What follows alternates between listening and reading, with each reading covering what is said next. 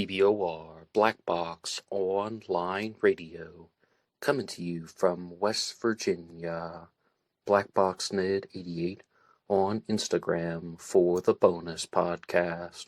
And welcome to BBOR, the home of true crime talk radio and your premier destination for unsolved mysteries, criminal psychology, and exploring the dark side of cyberspace. My name is Ned DeHaan, and I am your host, as well as the creator of AstroPsych 400 here on YouTube, and regular contributor to the Zodiac Killer channel. And a great way to support these shows is just by listening to some more content. But you can also go over to Amazon.com and have a look at the book Killer on a White Horse, written by me, Ned DeHaan. It is a novel, murder mystery, inspired by the Zodiac Manson connection, but it is indeed fictional. However, who doesn't love a good mystery? And there is always the TeeSpring page. Feel free to check out some of the merchandise. And remember, being weird is not a crime. Let the show begin. Okay, hello everybody. Today is Friday, another Anything Goes Friday. Okay, it's actually not Friday, it's a pre-recorded episode, and I'll tell you why for a particular reason. But firstly, I would like to thank everyone who has been following along with the Zodiac Killer episodes that come out every Monday, and the Jack the Ripper episodes that come out every Wednesday, Zodiac Monday and Ripper Wednesday, respectively. And I would also like to thank everyone who checked out the new Black Box Online Radio membership, which allows you to get bonus features and bonus content. But I want to get right into today's topic because, once again, I am joined in studio by Jeramy Berthiaume, and we're going to be talking about some of the cases that he follows. I've had Jeramy on the channel before, and we did an interview about the Zodiac Killer, as well as one about the D.B. Cooper case, and he shared his suspects with us, Richard Gaikowski in the Zodiac Mystery, and Kenny Christensen in the D.B. Cooper case. So I would like to respond to some of the comments that have been made by you guys just here on YouTube, as well as other things that were sent into the email address, blackboxonlineradio@aol.com. Anybody can write the show there. Feel free to go ahead and do so. But also, we're just going to be talking more about D.B. Cooper and the Zodiac and continuing the discussion. And we're going to begin with the Zodiac Killer mystery first. And if you want to follow along, you can look down in the timestamps below as we're going to divide things up by the different subjects. So, Jeramy, how you doing? Hey, Ned, how are you? Oh, I'm doing just fine and eager to talk about the Zodiac. So, is there any particular introductory statement you'd like to give? Yeah, so how is everybody? It's been a little bit, maybe a couple weeks, but I know we're going to be talking about a lot of different topics today. The Zodiac, D.B. Cooper. We're going to hit on some more Massachusetts localized topics, the Holly Peranian murder, disappearance and murder, as well as Molly and Bish, and those are from the mid-90s and early, year 2000 was Molly and Bish. And, we're going to hit on a bunch of topics, so we're going to take it nice and slow and just get to what we can get to. And as I said, I'll be answering a lot of questions that people had online and sharing some more information, some more of my vast knowledge, or what I hope is vast knowledge on the different topics. And we get a chance at the end too. As I said, I'll bring up some more points that we spoke about last week and the week before about Cooper, and I guess we're going to start with the Zodiac. Okay, certainly. And for everyone who hasn't heard these interviews, I want this to be made available to people who are just jumping right in. If you haven't heard them, you can keep listening. I always want content to be made available like that here on this channel. And once again, you can hit the like button and subscribe if you want to follow along with these true crime discussions. If you're curious about unsolved mysteries, or just want to hear some commentary on certain cases that make the news, feel free to tune into Black Box Online Radio. Now, Jeramy, you have written the book, so I see you don't paint houses. Would you like to give just a very basic statement about your book for the audience? Yes, so this book is basically a summary of the case. as it correlates to the life of Richard Gaikowski, with a main focus on the years of 1965 to approximately sometime in 1974.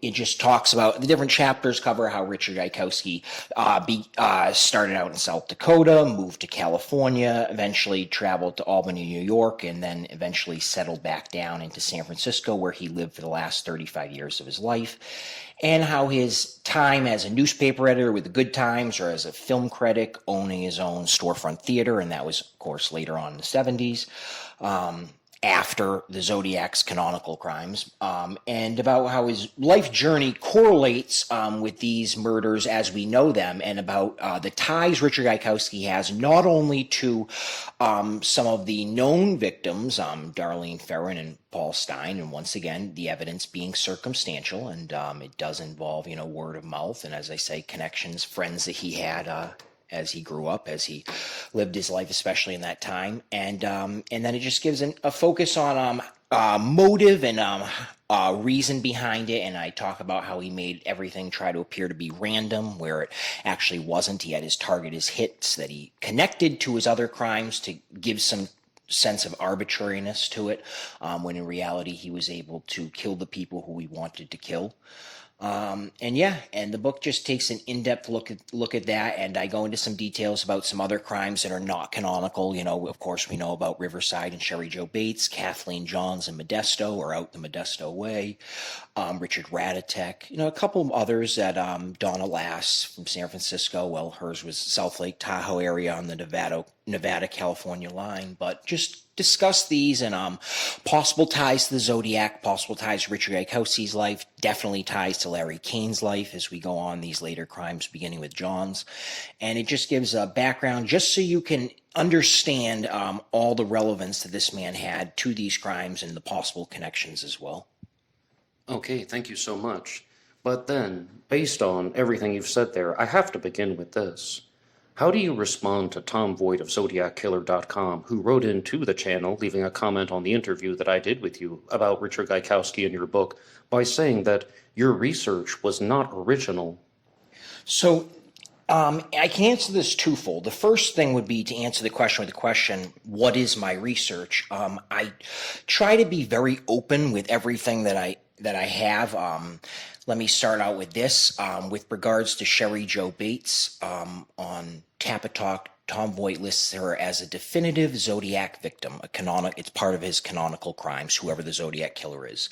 I believe that Sherry Jo Bates was killed by Bob Barnett, being the pseudonym that we use for the actual killer, and an accomplice or multiple accomplices. I never am quoted as whether it is one or two, as I believe it could be up to three.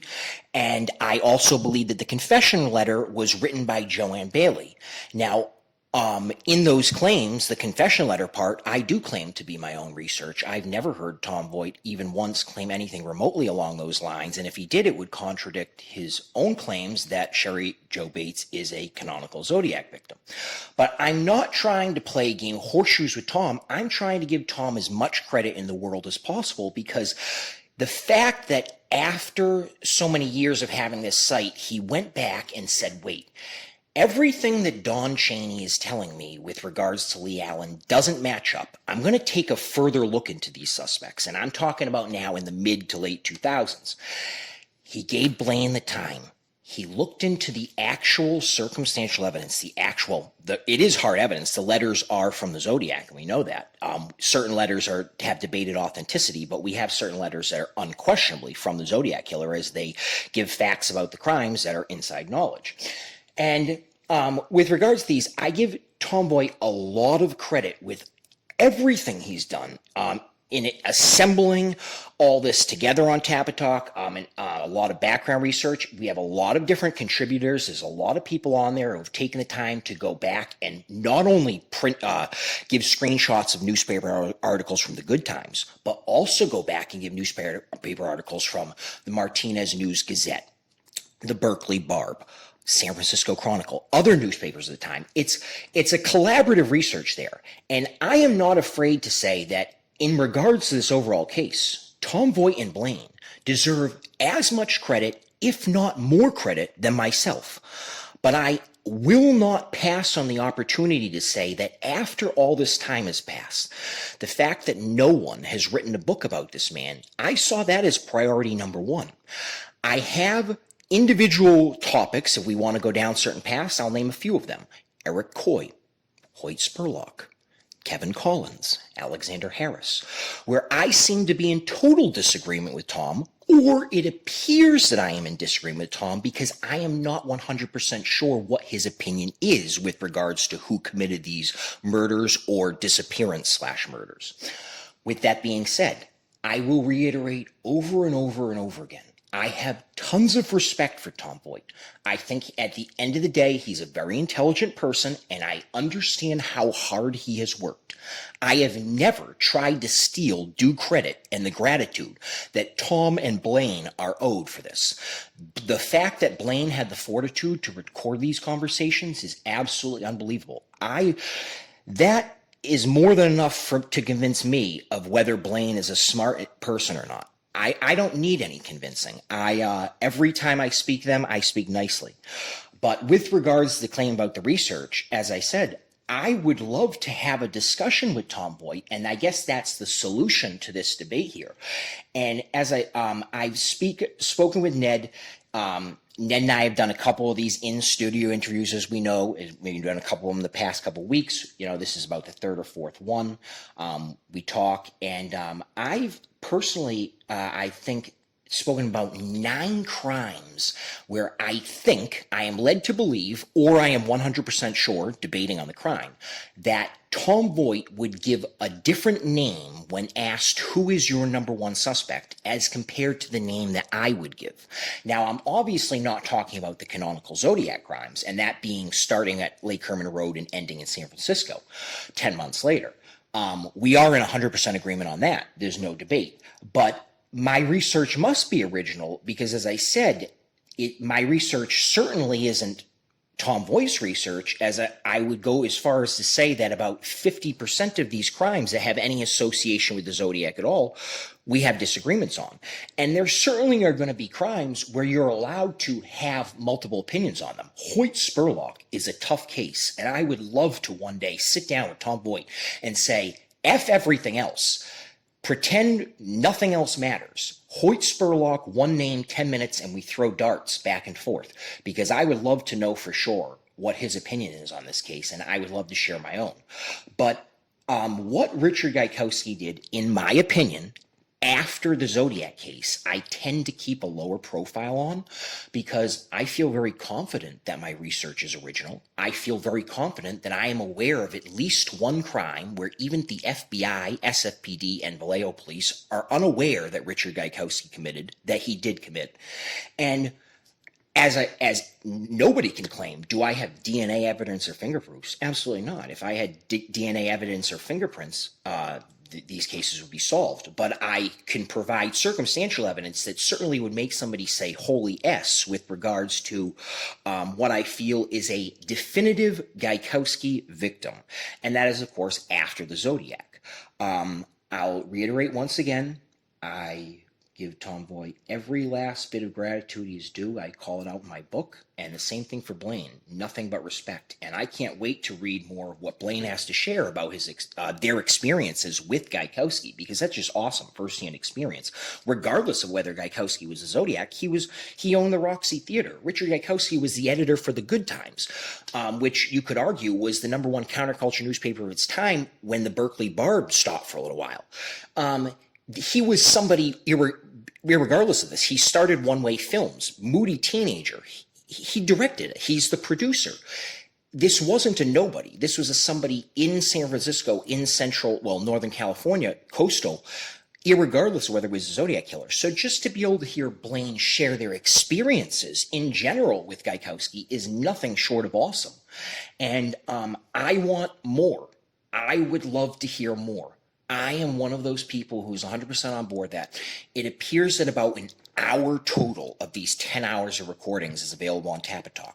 And maybe if you dive deep online, you can find a random extra one here or there.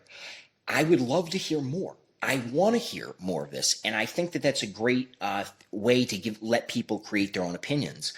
And rather than diving into the source, I'll just tie into this that let's sit down one time and talk about every crime that we think Richard Gaikowski did or didn't commit. And if you were to make a list of those crimes, I feel like at least 50% of them, Tom Voigt and I would most likely be in disagreement on. And I am generating this number based off of opinions he has shared on Tappa Talk, such as example being Riverside being a canonical Zodiac crime, or opinions he has shared elsewhere or about other discussion forums about other victims, Hoyt Spurlock being one, where I'm in total disagreement with him. So with regards to my research being original, I will hold strong that I do believe it is, because I've never met anybody who across the board has my own opinions. Okay, and in terms of writing a book about Richard Gaikowski, I mean, you must note that Blaine has said he's the informant known as Goldcatcher who has, perhaps it's fair to say, brought Gaikowski forward to the world as a Zodiac suspect. He has been working on a 1,000-page book called Goldcatcher in the Zodiac, and I mean, that's a very lengthy project, and Blaine is in his mid-80s right now, and he has stated that he's going to release perhaps the first 300 or 400 pages of it as a book on its own, and you must be aware that there is a book in the works, right? Yes, I am aware of this. I actually mentioned in my book, Goldcatcher and Zodiac, and Michael Butterfield, I guess, got a hold of some of these pages beforehand, got to reading it, and calls out some factual and some spelling errors in it. That doesn't matter to me. It doesn't matter to me. I am very excited. I am aware that Blaine is currently working on a book. I am aware that there has been some sort of accident, and this has delayed the process. I'm not going to go down these roads to go further discussion. Blaine lives a very personal, private life, and I'll leave it at that. I can't wait to read what Blaine has to share. That's right up my alley. That's going to be awesome. And I'm going to take in every last word. And yes, you bet someday we're going to sit down, Ned and I, and we're going to have, you're going to hear us talk about, Blaine's work. And I have no doubt, okay, let me rephrase that, jump back. I'll say, and I hope that there are two things that I could describe it when I'm done. One is that it holds or hugs the truth. Blaine, tell us everything that you know where you were there, because if you were there, I'll take your word for it. You know what I mean? I don't have to have a debate about it. If you saw it with your own eyes, I won't question you. I give you enough towards your credibility to take that. And two, if you aren't, just make it known that it's your opinion. There are many, many points in my book where I say, hey, this is what I think. I don't know for sure that Richard Gaikowski didn't kill Richard Radatek, but I am 99.99% sure he didn't kill Richard Radatek. I make it known that is an opinion, so I'm asking the same thing. If you're not 100% sure, if it's maybe something I told you and you have reason to believe, like let's just say Alexander Harris or Kevin Collins, say, this is my opinion based on what he told me, but I don't know these for sure. And if Blaine holds to that, which I fully expect Blaine will, I'm effing excited. I cannot wait to read this because, as I said, I'm 100% convinced. I don't need to be convinced more. I want to learn more about who Richard Gaikowski was. Okay, yes, I'm going to be looking forward to that book coming out, even if it is in multiple volumes. Volume 1 I would greatly anticipate as well. But I would like to share one of my own responses to our first discussion, as well as reading your book.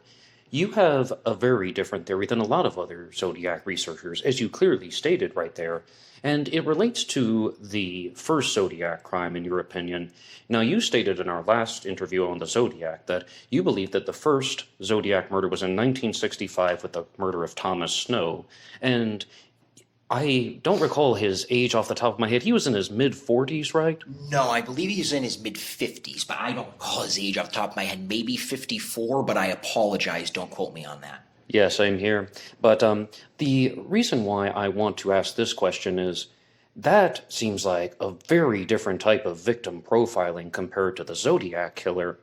Firstly, Thomas Snow, as we said, was murdered in 1965. He was shot in the left side of the head, and he was a successful restaurant owner. He owned a restaurant called the Casa Orinda in Martinez, California, correct? The Casa Orinda was, I think, in Orinda, just south of Pleasant Hill. Oh, okay, but the story was reported on heavily in Martinez, right? Yes, the actual murder. So And of course, Taylor Boulevard, and then it's debate about whether it's between Withers and I'm forgetting the name of the other road. But right there, basically near the Pleasant Hill Martinez line heading north, that is where his car had pulled to the side of the road. They do not know why. He was outside his vehicle. He was shot twice. It's one of the two bullets was the fatal one, obviously. Most likely the second one fired. The first one, I think, only skimmed his head. And when he was found, he had his own .38 revolver, from what I understand, tucked in between his arm and his body on his left-hand side. From my understanding as well, ballistic tests later showed that this was not the gun that was used to kill him. Yes, and I also remember from reading the news articles that he was shot in the left side of the head and he was right-handed, so that would be a very odd thing to do. But the reason I'm getting to the question is, it relates to the victim profiling. The Zodiac killer targeted much younger victims. We're talking about teenagers like David Faraday and Betty Lou Jensen, who were 17 years old and 16 years old respectively.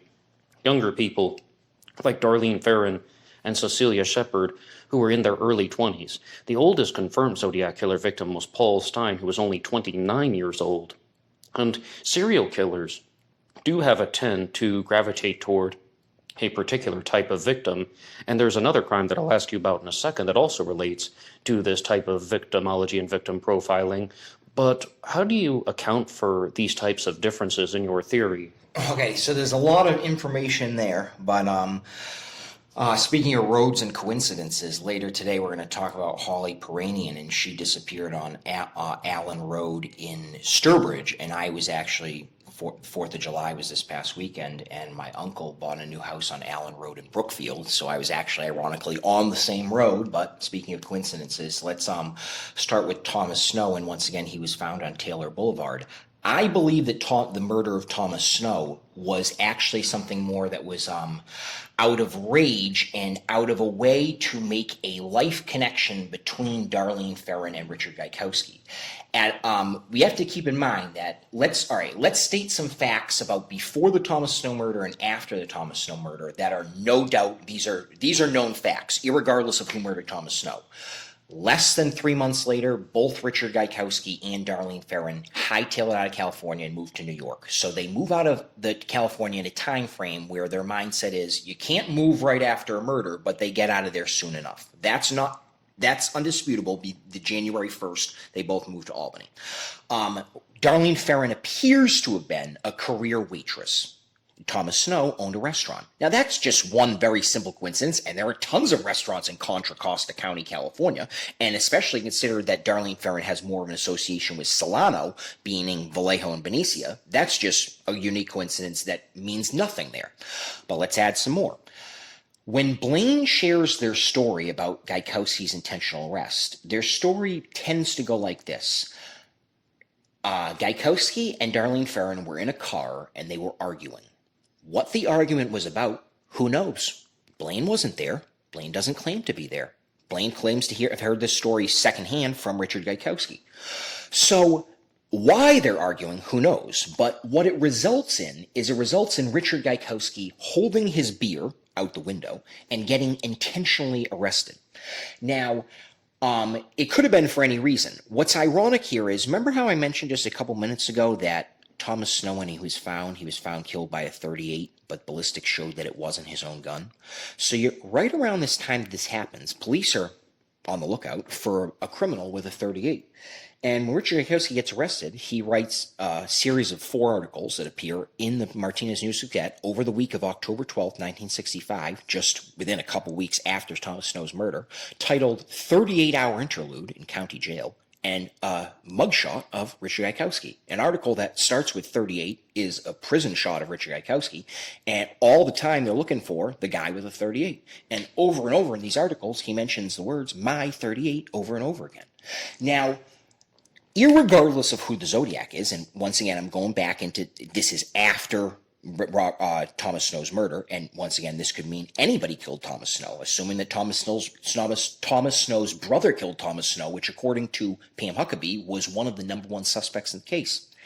Let's jump forward to 1969, and it's quite clear that Darlene's sisters, Pam, Linda, Christine, and also other people who are associated with Darlene Ferrin's family, Karen, her daughter's babysitter, seem to claim in an inconsistent story, the one consistent claim is they all seem to have come to an understanding that Darlene Ferrin witnessed this man from her painting party commit a murder.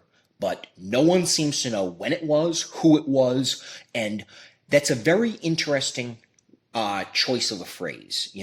Look at that in generalities. I saw him murder somebody. Those are supposed to be her exact words to Karen around the time of the painting party. I guess he's back from out of state. He doesn't want anybody to know what I saw him do. I saw him murder somebody. Well, speaking just in everyday life, how would you go about seeing somebody, one of your friends, kill somebody else, but not be in on it? How could you present a situation where you are not an accomplice? Now, I don't think everybody and their mother knows Darlene Ferrin was not a murderer. I don't know anybody who's ever claimed that.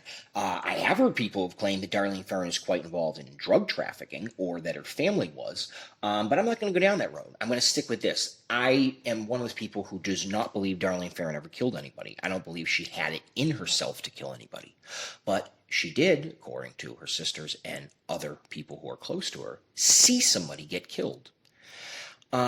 This presents one plausible scenario where Richard Gaikowski is in a situation where he's one of multiple people seeing Darlene Ferrin.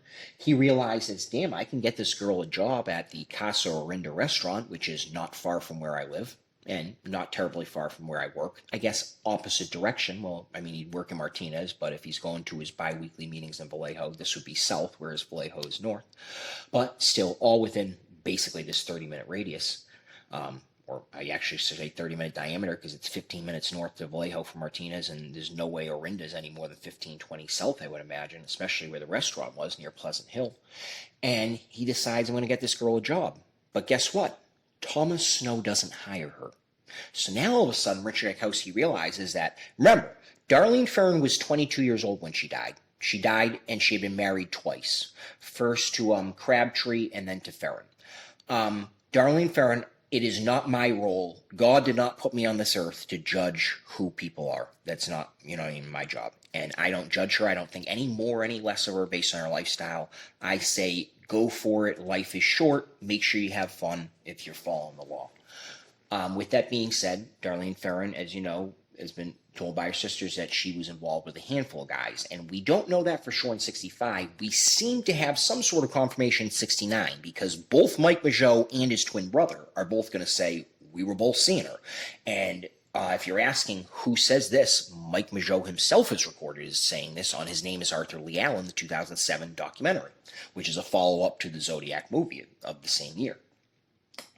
Now, the question that remains here is, well, it really isn't a question, it's if Gaikowski did this, is that in one of his articles, he does quote that there was a man observed on Brookwood Drive, Orinda. Now remember that this would indicate that this person is closer to the scene of the restaurant, not the scene of the crime.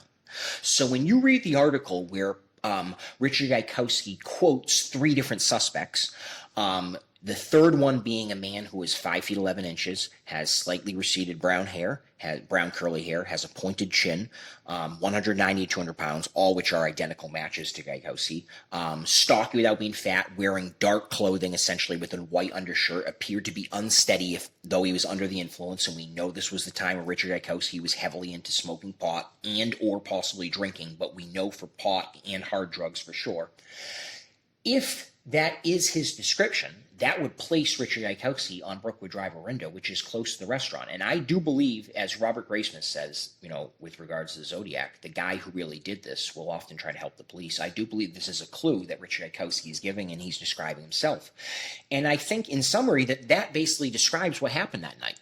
I believe that at some point earlier, before September 24th, 1965, Darlene Ferrin was denied a job at the Casa Orinda. Richard Gaikowski realized that this would probably be the end of their secret relationship, which Darlene Ferrin appeared to have a few of, and realized, well, I don't want to lose her forever, so I've got this idea.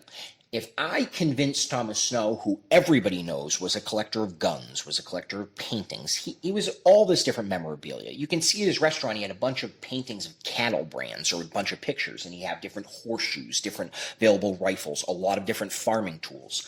If he could convince Thomas Snow, hey, I got this thing in my house, you have this painting of, yada, yada, yada, I have this historic Civil War gun, you bring the painting to my house, I'll make the trade after work one night. Remember, a man in a business suit was seen talking to Thomas Snow within hours of when he died at the restaurant, also wearing glasses with short brown curly hair. If he could convince him, hey, let's go to my place, that is where you would take, the road you would take to go north, to go to Martinez. Convinced him, had Darlene Ferrin follow in her car. She has no idea what's about to happen. Says, hey, Tom, can you pull over to the side of the road? I really have to piss. Tom pulls over to the side of the road. Gajkowski perhaps even walked into the woods for a minute or walked over to the side off, out of visibility and did actually go to the bathroom. And then he's walking to the car, back to the car and says, hey, you got to see this, Tom. You got to come see this. There's a whatever. There's a dead horse, and he starts to wait till Tom gets out of the car. And when Tom's fully out of the car, fires some shots at him, kills him. Well, now all of a sudden, he runs into Darlene Ferrin's car and tells her, you got to take off because this is a scene of a crime. And as they're driving away, he says, well, guess what now? You can't ever tell anybody about this because you're my accomplice. This is not a crazy scenario. The facts seem to line up. And Richard Gajkowski wrote that article, 38-hour interlude in county jail. Now, does that in any way do I say that I have DNA evidence matching fingerprints or matching ballistics of a handgun of a 38? I shot a man sitting in a parked car with a 38. That's funny, from the Zodiac, supposedly talking about Richard Radatek. But do I have any concrete evidence? No, nobody has any concrete evidence. I don't have any fingerprints that from Thomas Snow's white Cadillac or whatever car it was, I apologize, that are from the killer. Absolutely not. But the rest of the circumstantial evidence seems to hold.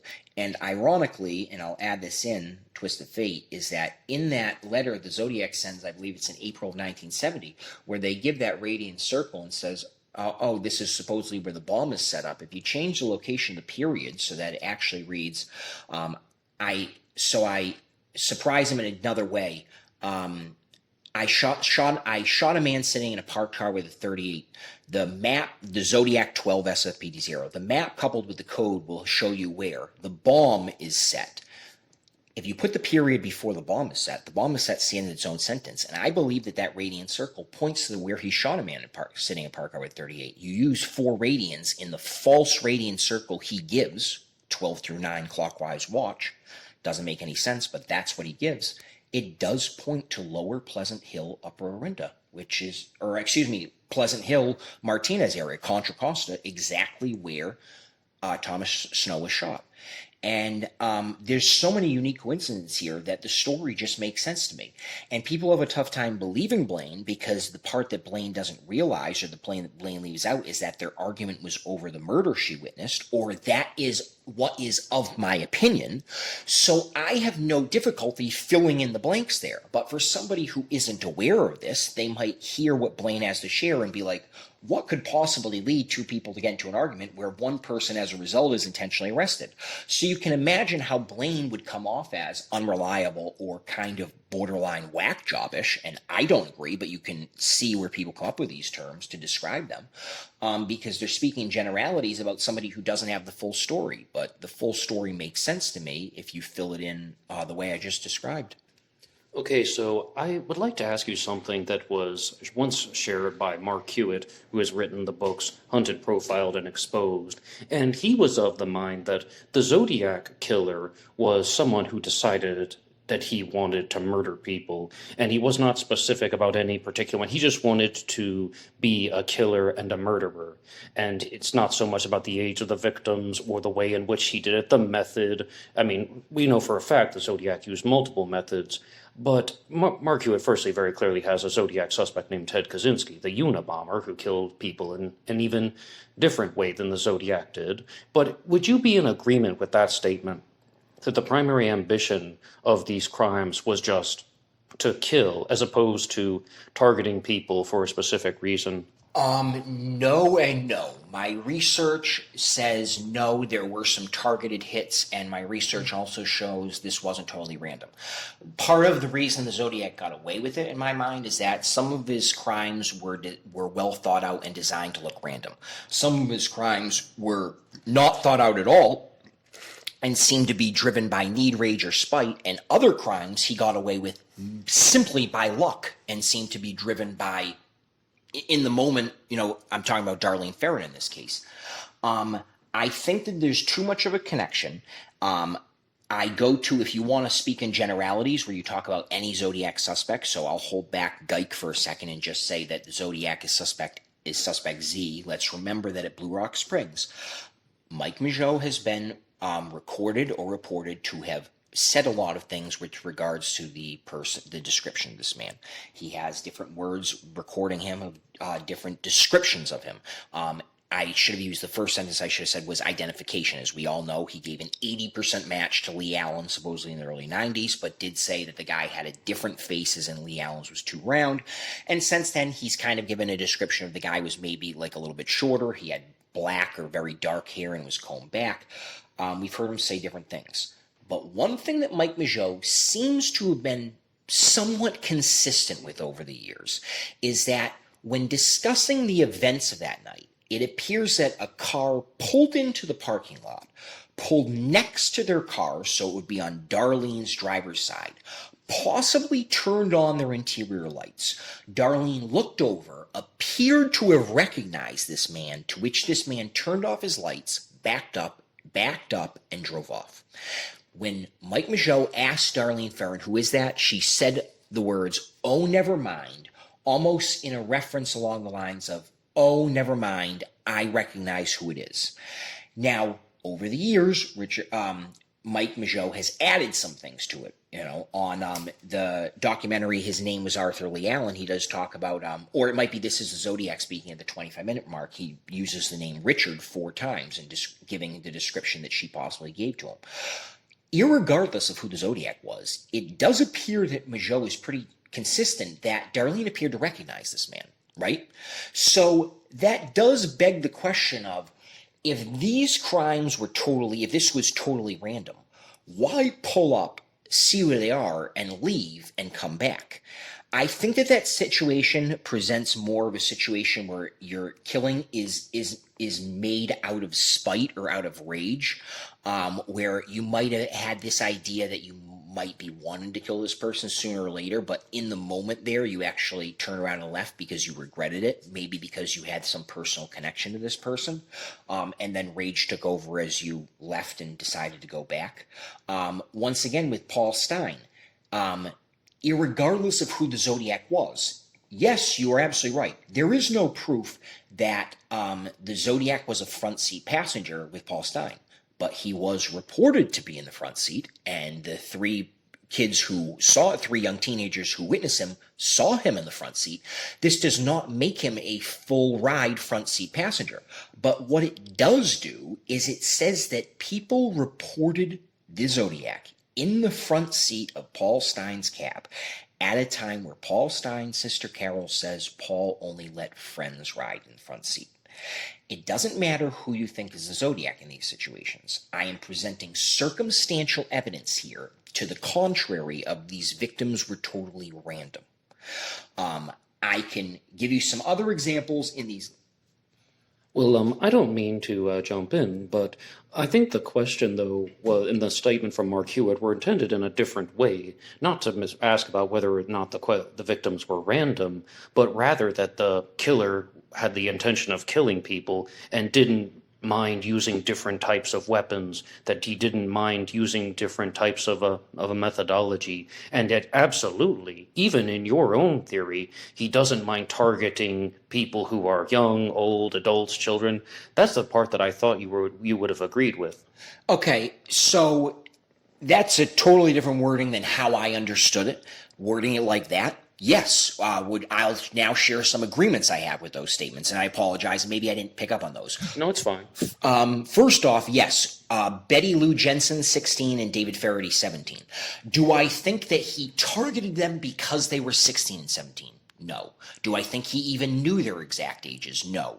Do I think that he was aware that in that area it was a known lover's lane? Yes. So do I think that the Zodiac was aware that this would be an area where younger couples would most likely be hanging out at night? Absolutely. And was he willing to kill people? Yeah, obviously he was the Zodiac killer. So in terms of generalities of willing to kill different victims in different areas for different reasons, yes, I'll give him that. Let's tie into the weapons. I think his change of weapons was publicity purposes. I think he switched from a gun to a knife because even though he was getting the publicity he wanted in terms of it existed, he wasn't getting the front page publicity that he wanted. And he felt by the time Lake Berryessa rolled around, if I do this with a knife, it's going to be more sadistic and more likely to get me in a wider range of newspapers and more towards the front of the newspapers. And that's another reason, or could offer another explanation of why he decided to make the quote-unquote Zodiac costume. You know, part of it being sadistic, part of it being, hey, if somebody happens to see me going by in a boat, they won't report a man or a woman. They'll report an object wearing an all black or what is mostly black outfit with a hoodie and a dickie and an overlayer, which has the Zodiac crosshairs on it, stabbing multiple people along the lakeside. And I think that ties into a nice story in the newspapers for somebody who is wanting to get the front page coverage. That offers one explanation as to why he made that. In terms of, so we talked about victims, we talked about weapons. If you're talking about in terms of generalities of purpose, like motive, as I said, I differ. I don't think that all of these were random. I think that they were targeted hits. Was he willing to kill random people? Absolutely. I am 100% convinced that before the date of September 27th, 1969, that whoever the Zodiac was, they had never even seen Brian Hartnell or Cecilia Shepard. I am fully convinced of that statement. It doesn't make me right, but I do agree there that in that essence, they are a random couple. They were a random attack. So yes, do we share some commonalities there? Sure. My suspect more aligns with these being random than target. The same thing I feel that he did before he was a Zodiac with Nathan Castor and Thomas Snow. I feel like he tried to connect Thomas Snow's murder, September 24th, with the murder of Nathan Castor, September 23rd, in a sense to try to make it seem like this same person was committing these crimes. I do not feel that Richard Gaikowski killed Nathan Castor. I don't even know for sure if Nathan Castor was murdered. I know he died of shock. What the shock was officially of, I don't think the police ever confirmed 100%. If they did, that it is what it is. I stand by my reasoning that Gaikowski was not the one who killed Castor. I believe Thomas Snow was his first murder ever and was one of two murders he committed before he was a Zodiac killer, the other one being Erica Casiopo a month and a half later on November 3rd of 1965. So yes, I have some similarities here with Hewitt. If he wants to make some general statements about the Zodiac being a somewhat intelligent person, yes, I agree with that. Not being afraid to kill people based on different victim ages or different victim groups, sure, as in some of these were double murders, some of these were intended double murders, some of these, I think one of them was the intended target, not the other one. The other one had to die because, and the same thing goes with Paul Stein. I think that was intended, but yeah, as I say, in my book, I do list Ted Kaczynski as one of my lower suspects, but I've heard worse. I personally believe Post would be a worse suspect than Kaczynski. And going back, I do want to reiterate every time that Kaczynski gets brought up, the mathematics behind the radian circle that the Zodiac sent to the SFPD, or excuse me, sent to, I think it was Chronicle, but in 1970, they're wrong around that radian circle. And Ted Kaczynski, being an advanced mathematics major like myself, I just can't picture him ever drawing something like that that's incorrect. Displaying a radian circle as a 12-3-6-9 clockwise watch, whereas a real radian circle would start at his 3 and go counterclockwise. And as we know, radians are not 30 degrees each, which they would be on a clock, where they'd be 12-3-60. They're a little less than 60 degrees, about 57 degrees, and they go counterclockwise. So I can't picture Ted Kaczynski getting that wrong on what is the letter that is accompanied by his fourth cipher, the 32-character cipher, which talks about inches, radians and inches along irradians. And we'll get into that cipher having open-ended meaning at the end, or open-ended solutions, because there aren't enough repeating characters where you can get that to mean a lot of things. But it is ironic that the characters in that cipher look like cattle brands at the Casa Orinda restaurant. And I've highlighted that, and I've shared it with Ned as well. We had a laugh about it too, because there are the C being next to the X, the M being next to the E. There are multiple of them. And that was just one of the many things that Thomas Snow displayed at the Casa Orinda in 65 around the time of his death. Well, then I have to ask you a follow-up about the radians, because that's one of the things, one of the words that I learned because of the Zodiac killer mystery, because the Zodiac famously used it in a letter said concerns radians and inches along the radians. And you're talking about when the Zodiac says that this map coupled with the bomb this map coupled with the code will show you the location of the bomb. But you state that the Zodiac incorrectly used radians when he drew out the face of what you call the face of a watch, where it says 3, 6, 9. Yes, yeah. But it was never my understanding that the Zodiac intended for that to be a radian circle. I thought the Zodiac was just simply drawing a circle in a shape and such. Was that definitively intended to be a radian circle? Well, if it isn't, then can I ask as a question, first of all, is there another radian circle on there, or would that imply in your theory that the radian circle could be anywhere on there?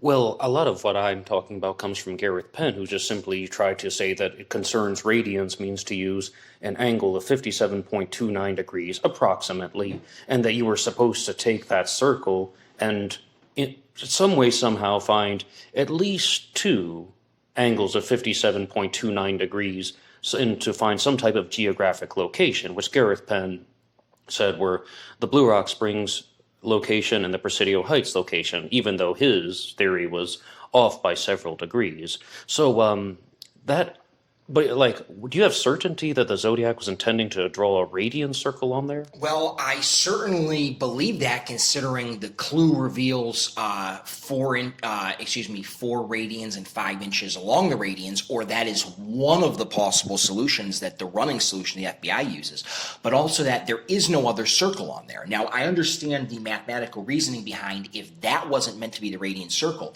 you would have to have a radian circle where that you would have to have 2 points of reference, because you have to make 4 radians somehow. So you'd have to have a point where the circle is, a point that's referencing another crime, perhaps it's where the bomb is, and then perhaps the other crime is where the 38 is. But you would have to have 2 points because it'd have to be 4 radians apart.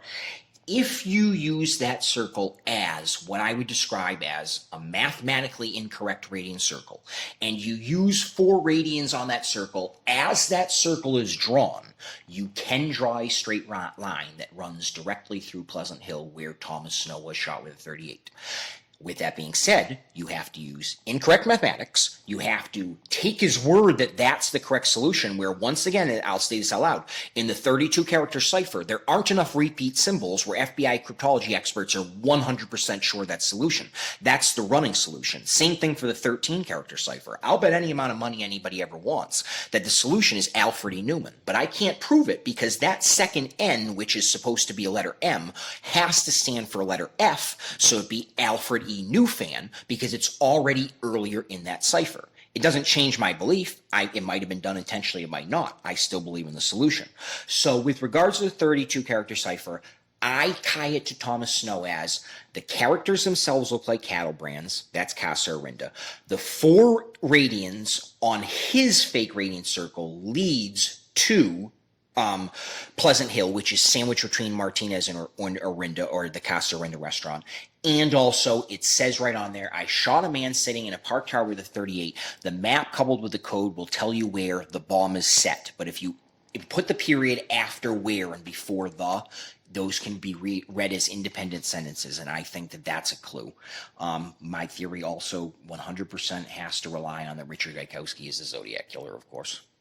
Okay, but I've talked about this exact issue with some other people in the past, and one of them was Sphere the Cube, who we call him Sphere, and we did a series together for Black Box Online Radio called The Moraga Connection, and his claim was that what you're supposed to do is you're supposed to listen to the Zodiac's instruction and set to magnetic north. So the 369 there is not meant to represent the radian circle. You have to adjust it by 17 degrees, and then you can create the radian circle, and then you do the 5 pi over 4 radians, and it goes through Moraga, California. Of course, completely consistent on his contingent on his suspect, Robert Fulvins, being the Zodiac killer because he lived in Moraga, California. And he even had a specific location pointed out. And those are some of what I think some of Spheri's best observations were. But it's just, I'm just really quite surprised that you interpreted that specific symbol as the unit circle itself. I mean, can you explain a little bit more about how we are definitively supposed to know that? Well, first of all, so 5 pi radians I do in my head, that's about almost 4 radians, just short of 4, like 3 something, if that's what you're getting, like we'll say 3.7. So close to 4 of what the Zodiac is one of the solutions. But let me answer this question with a question to you. If that isn't a radian circle, what is it? Because we can come up with an explanation of where well, you're supposed to create the radian circle yourself, set it to magnetic north, have it be tied to one place where the man was shot with the 38, and the other place will show you the bomb. That's one argument, that's fine. But what is that 12369 clockwise watch if that is your theory? Was it just drawn on there for fun? I don't understand what you would think it was if it's not a radian circle, which it isn't a mathematically correct radian circle. I agree with that. So what could it be? Like, I haven't heard of a logical explanation of what it is if it's not intended to be used to determine where either the bomb is set or the man was shot with the 38. Well, speaking on Spheri's behalf, he would probably say something to the effect of, it was a clue. It was just like a set of instructions that people were supposed to follow. And his big claim, I suppose, was that more people aren't following the instructions. The Zodiac is telling what you're supposed to do. You're supposed to use the map, and you're supposed to set your compass to magnetic north, and then you can create the radian circle and find the radians. And I mean, I know we're talking about a lot of math jargons for the audience, but I mean, that was what he claimed. I'm just offering you some different takes on the subject. And I, as I say, I major in actuarial statistics. I'm applied actuarial statistics, and I'm very familiar with this. I guess my argument will have to rest on this. Because of the vagueness of the Zodiac's wording and the generalities that you have to use, considering that the mathematics start out as wrong if you are interpreting that circle to be a radian circle, I think we can all agree that there are multiple possible solutions to the overall map in the cipher. Given that, my theory is just that, a theory. It is not definitive. If I were to sit here and tell you that GYKE are characters 4 through 7 in line 20 of the 408, that's not up for dispute. That's a fact. It doesn't make Richard Rakowski the Zodiac, but that's a fact. But my theory as to the 32 cipher, as to the solution, I'll give you that. It's only a theory.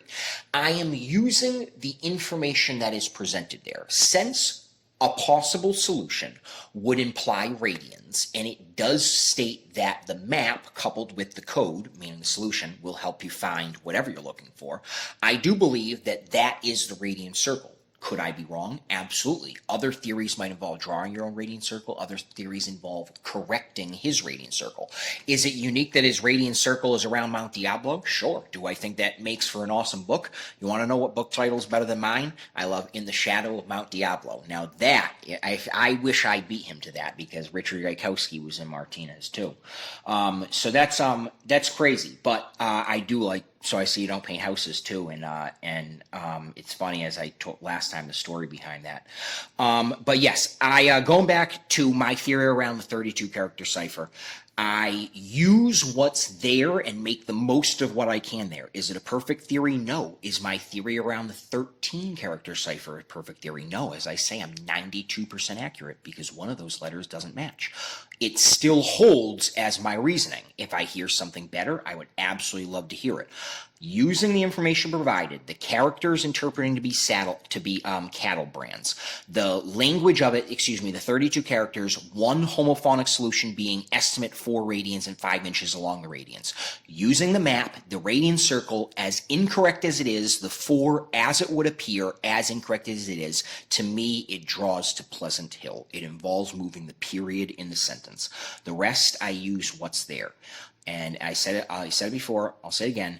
It is a theory. It holds to the circumstantial evidence, but it is not the only theory out there. It is not the only running theory out there. It's not the only good theory out there. There are many of them, but I do try to make the most of what was provided by the letter writer himself. Oh, certainly, and I mean, I'm open to many possibilities with the Z32 and the map code, and just look at it, all the reasons why those symbols were chosen. And everybody, I think, has to admit that this is an unsolved case, and there could be new things that we are learning about it. And I guess we were just exploring several different possibilities mixed into there.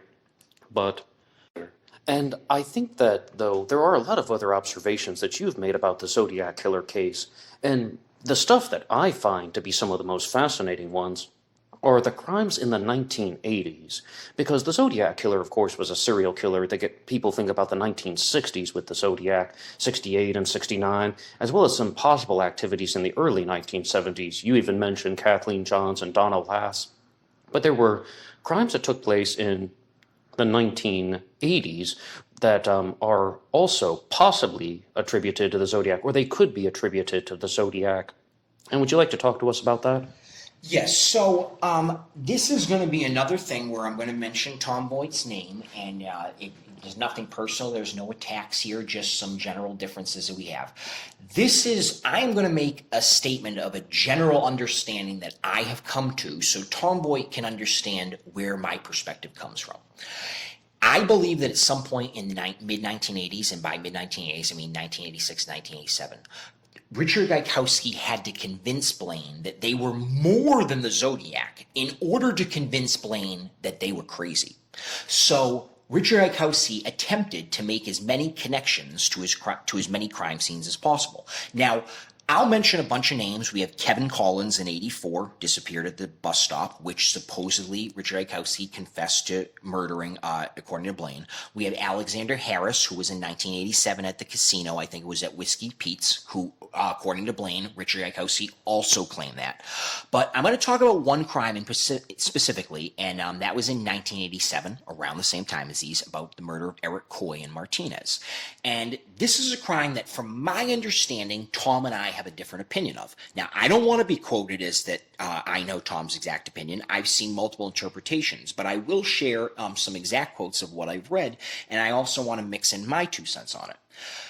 Eric Coy was 9 years old when he was murdered in 1987, and he was basically found near a footbridge near this small river in Martinez that isn't far from the junior high school that he attended.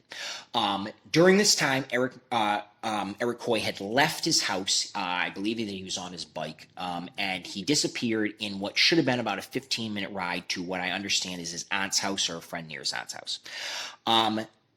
In this area, this all happened around 11 o'clock in the morning. This same morning, at the time between 9 and 10, multiple witnesses report seeing, quote unquote, a Hispanic or someone of Italian descent with darker skin, approximately between the ages of 18 to 21, with longer, darker hair, but not longer as in shoulder length, but definitely going past the ears and combed back.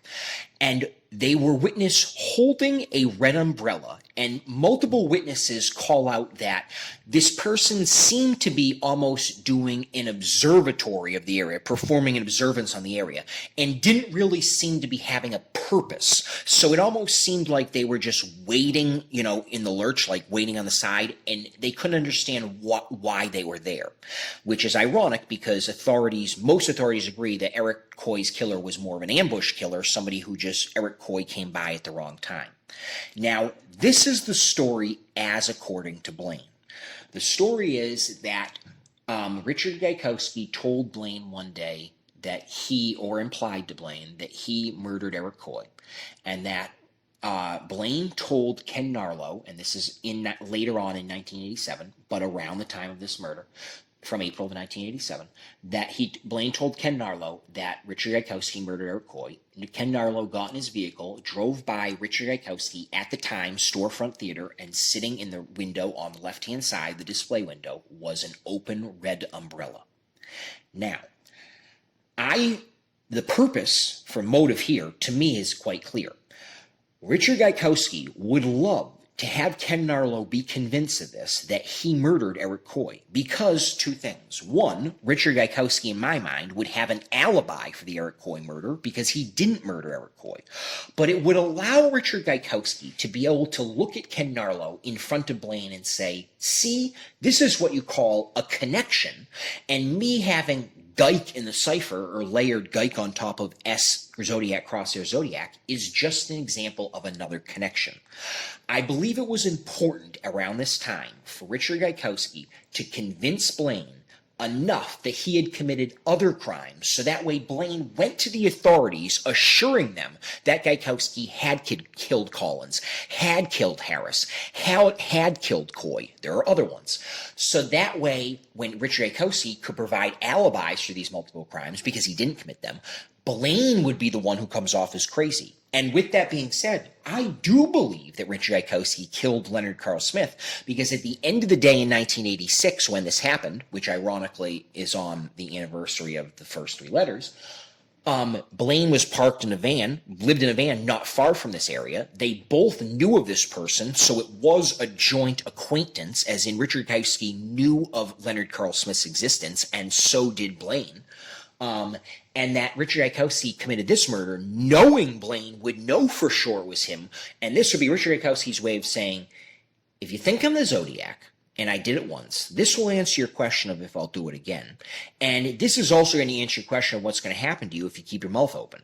But I believe around this time, or certainly within 365 days, Blaine became aware that Richard Gaikowski was attempting to convince them of these other crimes, so that way they would come off as the aggressor, they would come up as the storyteller, because if Blaine goes to authorities and says, Richard Gaikowski killed Kevin Collins, and Richard Gaikowski is able to categorically prove that he did not, and then says Richard Gaikowski killed Eric Coy, and then Richard Gaikowski is categorically able to prove he did not, and then says Richard Gaikowski killed Alexander Harris, and Richard Gaikowski is categorically able to prove he did not, because he did not, then when Blaine continues to say, oh, he's the Zodiac Killer, and oh, he's the Unabomber, which he's not, but another thing Richard Gaikowski attempted to convince him of, as you can understand, Blaine, poignantly yet mistakenly, is going to be the one who comes across as the whack job.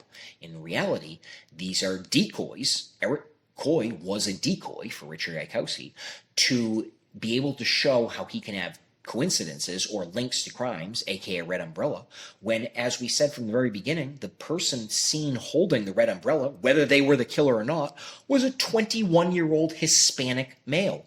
Richard Gaikowski in 1987, when this happened, would have been 51 years old, and he certainly wasn't Hispanic, and his hair was reddish brown. So that would be a big mistake to confuse Richard Gaikowski at 50-plus years old for a college student, especially one of Latino ethnicity. But I do believe that Richard Gaikowski saw this as an opportunity to look at Blaine in the eyes, maybe perhaps right in front of Narlow, and go, see, this is what's called a coincidence, all while knowing that Blaine will be able to make the connections in their own head.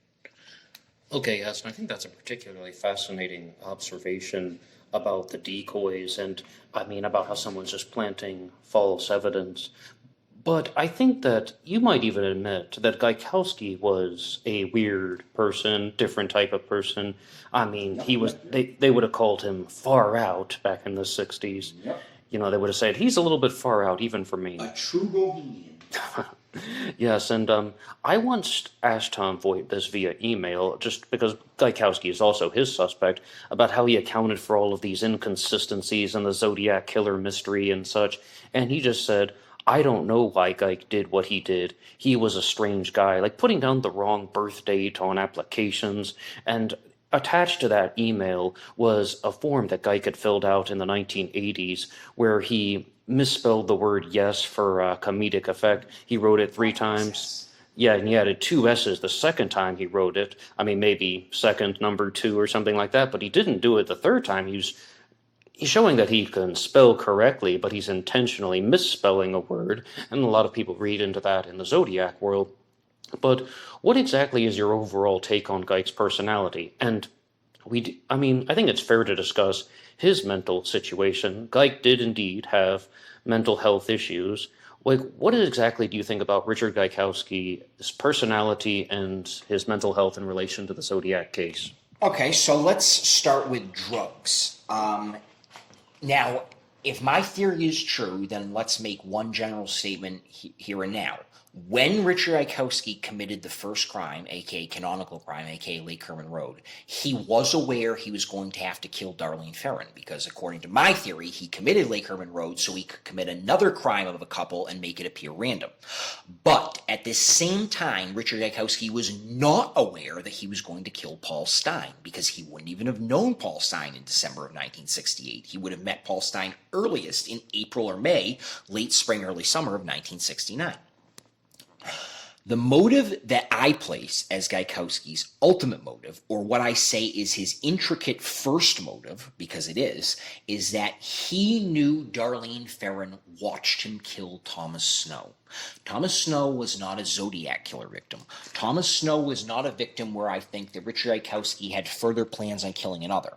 His intent was, I will forever make her an unwilling accomplice and therefore someone who can keep their mouth shut in this crime that we will be forever connected to.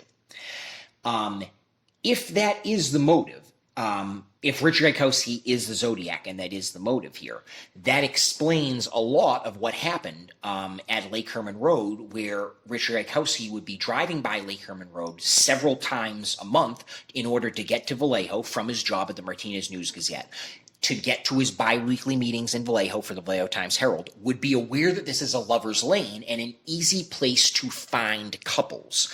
And that way he could say, oh, if I kill a couple there later on, whenever I want to kill Darlene Ferrin, which I think the intended victims were Darlene Ferrin and Dean Ferrin at first, but he went with Mike Mageau in the last second, and that's why he turned around and went back to the crime scene.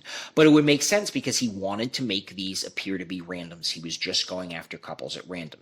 I believe, going back into the exact question, is tying in Richard Gaikowski's personality and his mental health. We know that when Bob Loomis visited Gaikowski wherever he visited him, and I call Bob Loomis Bob Retractable Loomis because I don't know what his middle name is. He probably retracted it because every time that he makes a statement, he realizes that it guiltifies Richard Gaikowski, and then he backtracks and says, no, wait, I messed it up, when he realizes, damn, this is all starting to make sense. And it's unfortunate because I do think a part of Bob Loomis sits in a room and goes, wow, if it wasn't Gaikowski, this was the most unlucky man in the world. And I can picture Bob Loomis saying those words, own personal opinion, I'm entitled to think it. But tying into when Bob Loomis visited Gaikowski in 71, Gaikowski said, I am pissed because in the mid-60s, aka 65, you introduced me to weed, which changed my mindset. Now, I make a joke about that in my book and talk about, it's weed, and it is. It's just weed. And we all know that Gaikowski was into harder drugs. There are people from the good times who will admit, pounded the counterculture movement, yeah, everybody did acid. I got friends who are that age, you know what I mean, born in the 50s, that acid, shrooms, LSD is acid, mescaline, speed. I obviously mixed angel dust with THC with the pot. We know that. I think it was other drugs played an influence on his mindset. I do not believe that Richard Gaikowski murdered anybody in his life, I think, before the drugs. I think the drugs came first. I believe that Richard Gaikowski in the mid-60s, 65, started using drugs, and his first murder occurred in September of 65. I believe that drugs are not to blame, as in they weren't his motive. Did they help him almost as an accomplice? Yes. You know what I mean? Like, they changed his mindset. They probably made him a little bit more daring than he would have been. But they weren't his motive. His motive was Darlene, knowing the whole time that at first in 65 he was going to lose Darlene because she didn't get hired at that restaurant. And then from that day forward, realizing that this girl watched me commit a murder. And if she tells anybody, I'm toast. So yeah.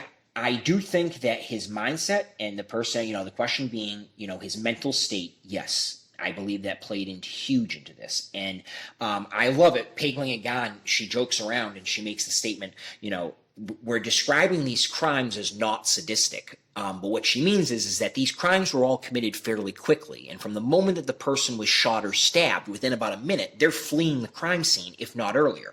Did he take time to clear out the inside of Paul Stein's cab? Yes. Did he take time to look around at Lake Beria? Yes. But after about a minute of the stabbing or shooting, respectively, in the order, and at the other crime scenes less than that, he's taken off. You know what I mean? He's wandering the hillside. He's walking up the hill.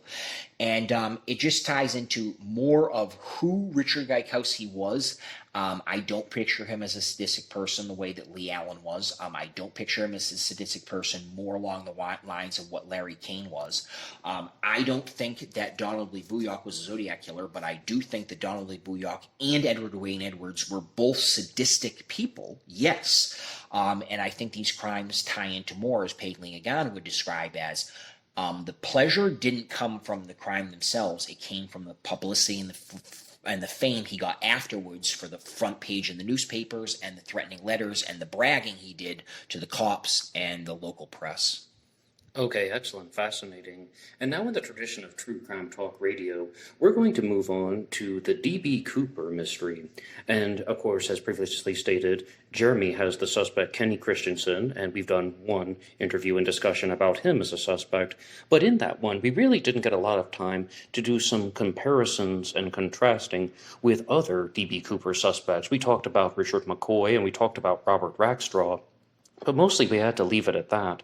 And one thing that I had really wanted to ask you was, there's a book out there called Paratrooper of Fortune by Drew Beeson, who also has a Zodiac book out too. But about his D.B. Cooper book, he discusses the suspect, Ted B. Braden, and claims that he is claims indeed that he is the most likely candidate to be D.B. Cooper. And what are your thoughts on Ted Braden as a D.B. Cooper suspect? So, last week when we did our last in-studio podcast, we just, timing-wise, there's no way you can sit down and have a discussion about every suspect. We all know that. And it doesn't matter how long a podcast is. I don't want to sit here and discuss every Zodiac suspect. There are like 186 of them. Yeah, let's do it. No, we're going to do that next time. That'll be next week's. Yeah, we got to do like weekend something, 48 hours, caffeine, start cooking it down, Ethiopian style. But yeah, and we could do that with D.B. Cooper as well because it's endless. But Ted Braden is great, and I want to make a couple general statements about just a couple statements in general, and then I will pay some compliments to Braden and talk about some differences. So I'm not going to dive deep into Ted Braden's background. You can look it up online. I mean, this guy, he was in World War II, and he was also in Vietnam. I believe he got a honorable or dishonorable discharge. He completely abandoned his unit in Vietnam, and I think he went and hid out in Congo or whatever it was. Don't quote me. But I think they still gave him an honorable discharge afterwards. But with regards to his background, basically, he was a top-notch, one of the best ever skydivers. And I'm not going to talk about he has tons of experience, but one of the things he was in was something called the Golden Archers, and Beeson talks about this. He did a podcast about this, and they were in Europe, and basically people would go, the best skydivers in the world, and they would go to these events, and they'd see Ted Braden's name on there, and they'd leave because they knew he was going to win. You know what I mean? They knew it wasn't worth their money, their entrance fee, because this was going to be the guy. And he was top notch. Now, I am not an expert skydiver, so I can't talk terminology like, he liked to dive at only 1,000 feet up rather than 10,000 feet, where you only have 6 seconds, when you're dropping at 174 feet per second. I don't know that terminology. I know he was amazing at it. But I want to give a couple contrasting arguments with regards to Braden. Now, I agree with regard to Braden, just like Rackstraw, that the motive is there. But I'm going to read to you, and I'm going to, we'll do this fairly quickly, but I want to just describe the general suspect of Kenneth Peter Christensen and Braden, and 2 letters that are from D.B. Cooper, and then I'm going to leave it up to you about whether this is what it sounds like. Now, let's make this statement first of all. Since the D.B. Cooper incident in November 1971, authorities have received many letters that are supposedly from DB Cooper, and there are about 6 famous ones, and the general consensus is most of them are hoaxes, if not all hoaxes. So there are some authorities who believe there isn't a legit letter at all. There are some who believe 1 or 2 are real, and there are some who believe maybe a handful are real at most, but most are fake. But I want to give just a generic description, and let's start with Kenneth Peter Christensen and then go into Ted Braden. And I'm going to read to you these letters because they're only 1 page long, and the second one's only a half page, and tell me if it isn't it.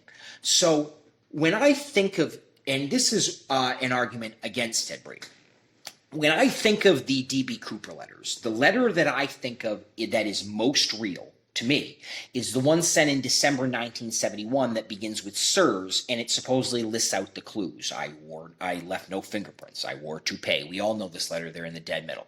That, I think, if there's one letter that's real, my own personal opinion, it's that letter. I certainly could get Robert Rackstraw fans to agree with me because they commonly point to this letter being real for different reasons. You know what I mean? They like some of the coding on the bottom. But I am going to present to you the image of somebody and then leave it up to you. So at the time of the hijacking, Kenneth Peter Christensen would have been 45 years old. He would have been an older version of 45 years old, meaning he was basically leaving his prime, and he knew that. And he had worked with Northwest Orient Airlines for a long time. And I want you to envision somebody who has just left their prime and is now getting into their self-actualized stages of life where they realize that the best is behind them. They've been fed up over the years with Northwest Orient Airlines specifically, having worked there for over a decade and being constantly laid off or being, out of work because of union strikes or labor, labor disputes.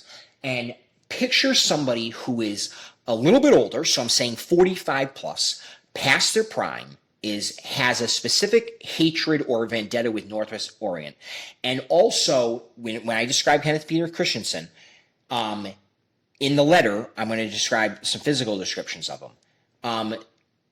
We know that this generally describes Kenneth Peter Christensen as being 45 years old, a little bit older and past his prime. And now I'm going to read this letter. And after I do this, I'm going to describe Ted Braden. And I'm going to read the letter that's second most likely to be authentic and how that is Ted Braden to a T, just as this letter is Kenneth Peter Christensen.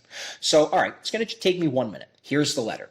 Now, as I said, go back to the guy, just use your imagination, who's past his prime, frustrated with Northwest Orient Airlines, has a vendetta, and did this because he felt owed. Sirs, I knew from the start that I wouldn't be caught. I didn't rob Northwest Orient because I thought it would be romantic, heroic, or any of the other euphemisms that seem to attach themselves to situations of high risk. I'm no modern-day Robin Hood. Unfortunately, do have only 14 months to live. I think that that's a fake clue, to throw people off. My life has been one of hate, turmoil, hunger, and more hate. This seemed to be the fastest and most profitable way to gain a few fast grains of peace of mind. I don't blame people for hating me for what I've done, nor do I blame anybody for wanting me to be caught and punished, though this can never happen. Here are some, not all, of the things working against the authorities. 1, I'm not a boasting man. 2, I left no fingerprints. 3, I wore a toupee. 4, I wore putty makeup. They could add or subtract from the composite 100 times and not come up with an accurate description, and we both know it. I've come and gone on several airline flights already and am not holed up in some obscure backwoods town. Neither am I a psychopathic killer. As a matter of fact, I've never even received a speeding ticket. Thank you for your attention, DB Cooper. Now, despite the fact that that has Kenneth Peter Christensen written all over it, I've come and gone on several flights over this time. If it was him, the guy wore a toupee because Kenneth Peter Christensen was bald. We remember Florence Schaffner saying, if you take a picture of Kenneth Peter Christensen and add a toupee, that's how I most remember DB Cooper looking like. I wore putty makeup. We remember the guy being described as a darker complexion as opposed to being totally white. I'm not a boasting man. Kenneth Peter Christensen was. He was a more reserved man, and Bernie Giesman attends to that. Now, if this letter is real, I believe that this letter is sent from Kenneth Peter Christensen himself. But now I am going to make the strongest argument for Ted Braden ever. And I'm going to do it as compliments to Drew Beeson. And I'm going to take the argument that he should most run with. I just gave you a background description of who Kenneth Peter Christensen was. Now I'm going to give you a short background description of who Ted Braden was. At the time of the D.B. Cooper hijacking, Ted Braden was only a couple of years younger. He was 43. But I would describe Ted Braden as a younger 43. I would describe Ted Braden as recognizing that although he is still in his prime is coming to an end fast. And I think we can all agree with that. That would be a good description. I picture Ted Braden as having the mindset of, I have all of this talent in the world and nobody will hire me. We talk about the article directly that Ted Braden wrote where he essentially says, and Drew Beeson references that on the podcast, he references, hey, this guy can't get a job because he's essentially on the blacklist, meaning basically other people are telling him not to hire him. Now, when you picture all of this man, I want you to picture it as I read this letter. And this is the letter sent in March of 1972, so 3 months later. And to me, this has Ted Braden written all over it. And I'm asking you, use your imagination, picture a man who's a little bit younger, coming to the end of his prime, still knows he's capable of putting in the work. Nobody will hire him. He's frustrated because he has all these skills built up and wants to use them, such as his paratrooping background with Braden. And now listen to this letter. And this is even shorter. Gentlemen, this letter is to let you know I am not dead but really alive and just back from the Bahamas, so your silly troopers up there can stop looking for me. That is just how dumb this government is. I like your articles about me, but you can stop them now. D.B. Cooper is not real. I had to do something with the experience Uncle taught me. So here I am, a very rich man. Uncle gave too much of it to the world idiots and no work for me. I love how he uses the word work as in like he's looking for work, which describes Braden. I had to do it to relieve myself of frustration. I want out of the system and saw a way through good old Unc, as in he's still in the system because he's young enough to be in the system, but he wants out. Now you know I am going around the world and they will never find me.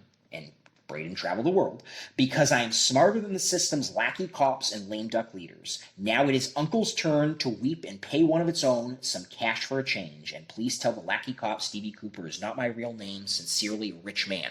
And to add insult to injury on that letter, I love it right here where it says, he references Uncle Sam as Uncle or Unc over and over again, and Braden references Uncle Sam in his articles as Sam, or basically used terminology where he used a nickname for Uncle Sam as if that isn't a short enough nickname, which is ironic. Those letters on a, what I would describe as let's just describe it as a linguistic profile, linguistically are crazy how much that letter and Ted Braden's life match up. If that letter is really from D.B. Cooper, I would go as far as to say Ted Braden could even be the number one suspect. With that being said, I'm going to revert back to my opinion. I'm very open. I want to hear more. I like reading more about Ted Braden.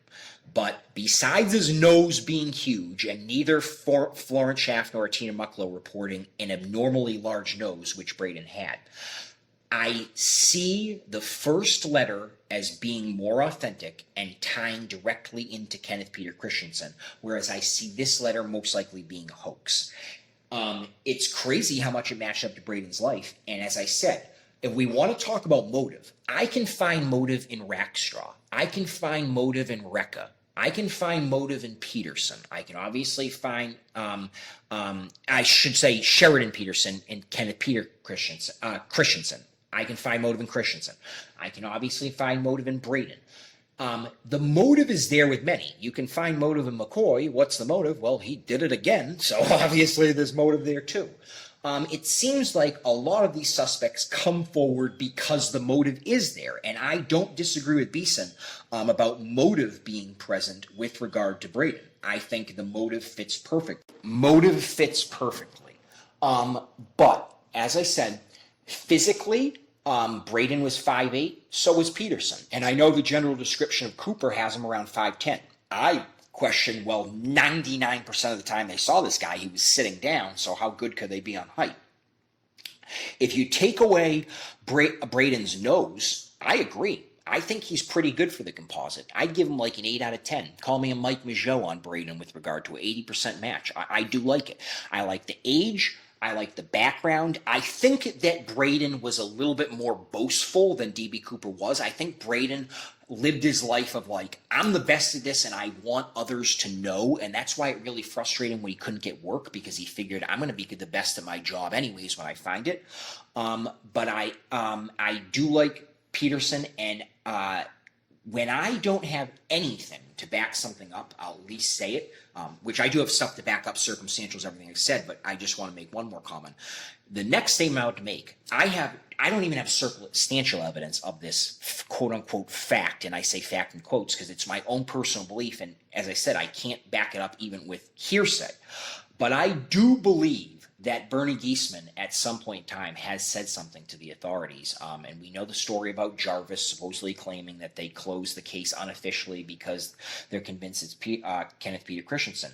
I have a right to believe, and as I said, when I can't provide evidence, even circumstantial, I'll confess. I want to be known for that, and I'll confess that ahead of time. But I do personally believe that Bernie Giesman has told the FBI something along the lines of, oh, when Kenneth Peter Christensen told me the story, he said that there was a giant L-shaped cut in the seat in front of him, and that's all he kept staring at the whole time.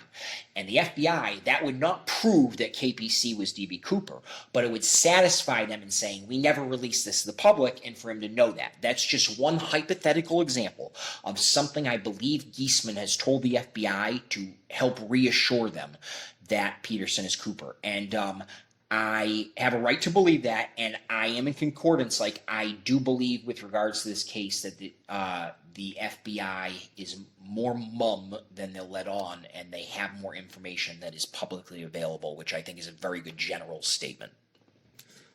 I have to ask one follow-up question of my own, just hearing that. Kenny Christensen worked for Northwest Orient Airlines, right?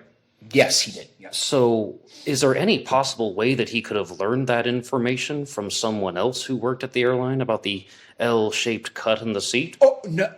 First of all, that was a hypothetical story. Like, I'm just trying to give an example of something that Peterson could have, Christensen, I'm sorry, I keep... Kenneth Peterson. Yeah, that KPC is telling to Giesman, and that is that, hey, maybe when he told him the story, maybe he told him, oh yeah, there was some lady up in the front left-hand seat and she was wearing a distinctive hat, and the FBI was able to confirm it. I was just trying to give an example of a hypothetical there.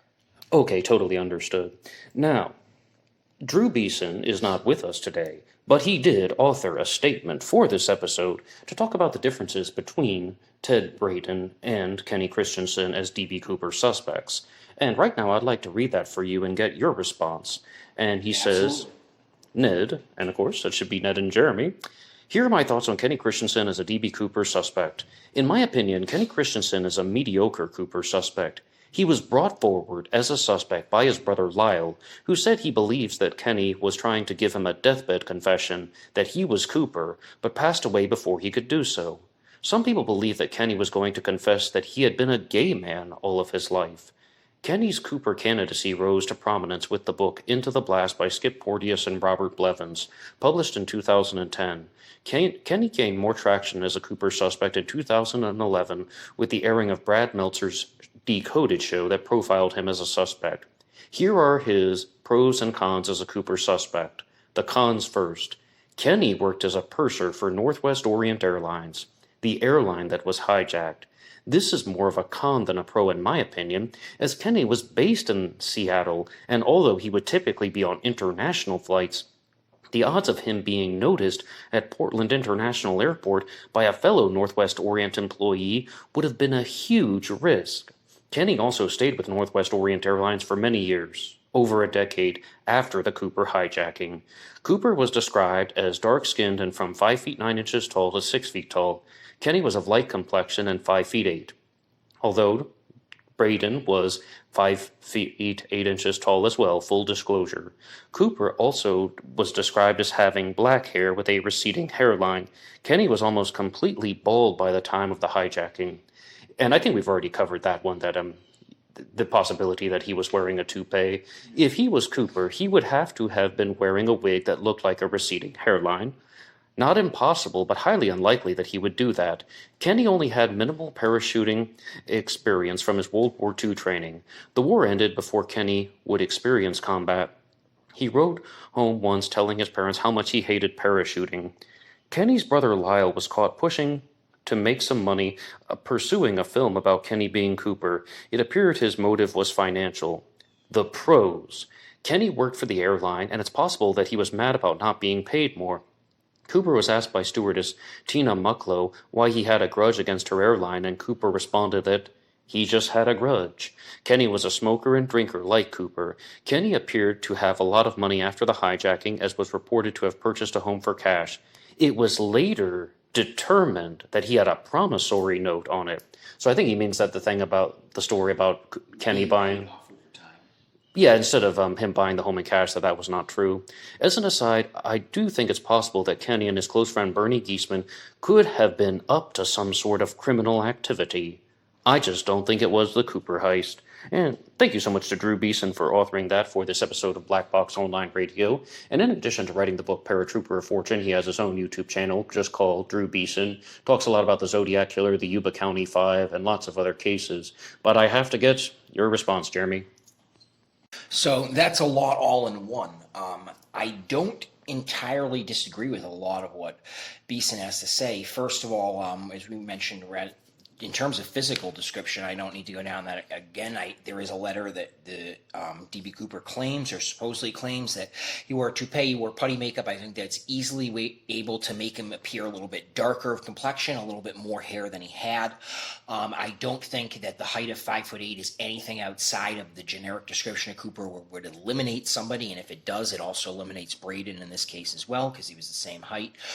In terms of generics, one of the main arguments that Kenneth Peter Christensen is people say, or some people say, oh, I can't see a true motive. If you worked for the Northwest Orient Airlines for 16 plus years and you were constantly out of your job on and off and you didn't even know when it was coming because it's basically labor strikes, I can imagine being very frustrated. And Kenneth Peter Christian probably so familiar with the airlines that I would have no doubt that he would see that they were a Minnesota flight crew, because don't forget that the general idea is that most of the people from that flight crew on that board, that Boeing 727 on November 24th, were originally from Minnesota. And I think we have a general idea that would be a flight crew that he wouldn't run into at the time. People make the argument he worked at Northwest Orient Airlines, so it made him a greater risk because of visibility wise. Well, obviously you're right. That statement generically by itself is true. If he worked for the company where they are actually conducting an investigation, aka on their property, yes, of course it'd be visible. Can you imagine if Florence Schaffner is just giving a tour of the airplane and she looks out on the tarmac, she goes, hey, look at that guy, that's the guy. You know what I mean? Of course that statement is true. But with that said, remember, early on in the case, we know, irregardless of visibility, they did not look into the people of the airline. The FBI even will admit that they did not take the time to do a deep dive because they didn't think anybody of the airline would match the character or the behavioral profile of that person. To quote one FBI agent, if you knew the people who worked here, you would know that they're not capable of that. And to tell you the honest truth, jumping back into Lyle, the brother, because of what I think, and once again, this is just personal opinion, I see where Lyle's coming from. I can understand, yes, a man is watching TV. This is, in order for my theory to be true, this has to be true. You're telling me, Jeremy, that a guy's watching TV at his house. He turns it on, he sees the composite image of a man who could be any man in the entire country, plus Canada. And he goes, hey, that looks like my brother. And then, mind you, Lyle living in Minnesota and Kenneth Peter Christian spending his life in Minnesota, in Washington, and in Wisconsin, so just happened to be one of the many states in which he lived in, sees that this person hijacked a plane claiming to have a bomb, flew it from Oregon to Washington, had it hovered in the air for hours while it collected the modern day equivalent of 1.4 million, and then had it fly to Mexico City with a pit stop in Reno, Nevada planned out, to which they then parachuted out of the plane and said, oh yeah, that's my brother too. Yeah, that does sound really crazy. Like, who would ever think that in their right mind? But in the way I look at it is this. Lyle Christensen is sitting there thinking, wow, on my brother's deathbed, he looked at me and said, there's something that you should know, but I just can't tell you. And then he died. Now, that could have been anything. I mean, you're right. It could have been that, at the time he was secretly gay and that wasn't publicly accepted. It could have been that he had robbed a bank. It could have been that he had hit a deer while drunk driving and regretted that the rest of his life. It could have been anything. But now he's watching this program and he goes, this happened at Northwest Orient's. Well, my brother worked for Northwest Orient's. And now he's watching this program and saying, that's funny, this guy's sitting in the air holding money. Well, my brother was a purser sitting in the air holding money. Well, my brother talked about how he hated how he'd be laid off for days, weeks, months at a time and didn't even get a heads up because of the union, or what was a disputed union strike at Northwest Orient's throughout the 50s and 60s leading up to the Cooper hijacking. And he says, geographically, he fits this. He lived right outside of Tacoma in Bonnie Lake. Well, he had a couple places, but with the Rainier Apartments. I don't remember the exact name, but he's about 20 minutes. He's about 20 minutes southeast of Tacoma, that general area. So he fits perfectly geographically. Background-wise, there's his motive. The brother sees he effing hated this company that he worked for over a decade. He sees he does have some background, this man, but this man, to me, demonstrates a background where they're not exactly that advanced in paratrooping or skydiving. They chose the backup parachute that didn't work, right? Is that not a general statement that's generally agreed? Is that whoever D.B. Cooper was chose a backup chute that was a dummy chute? No.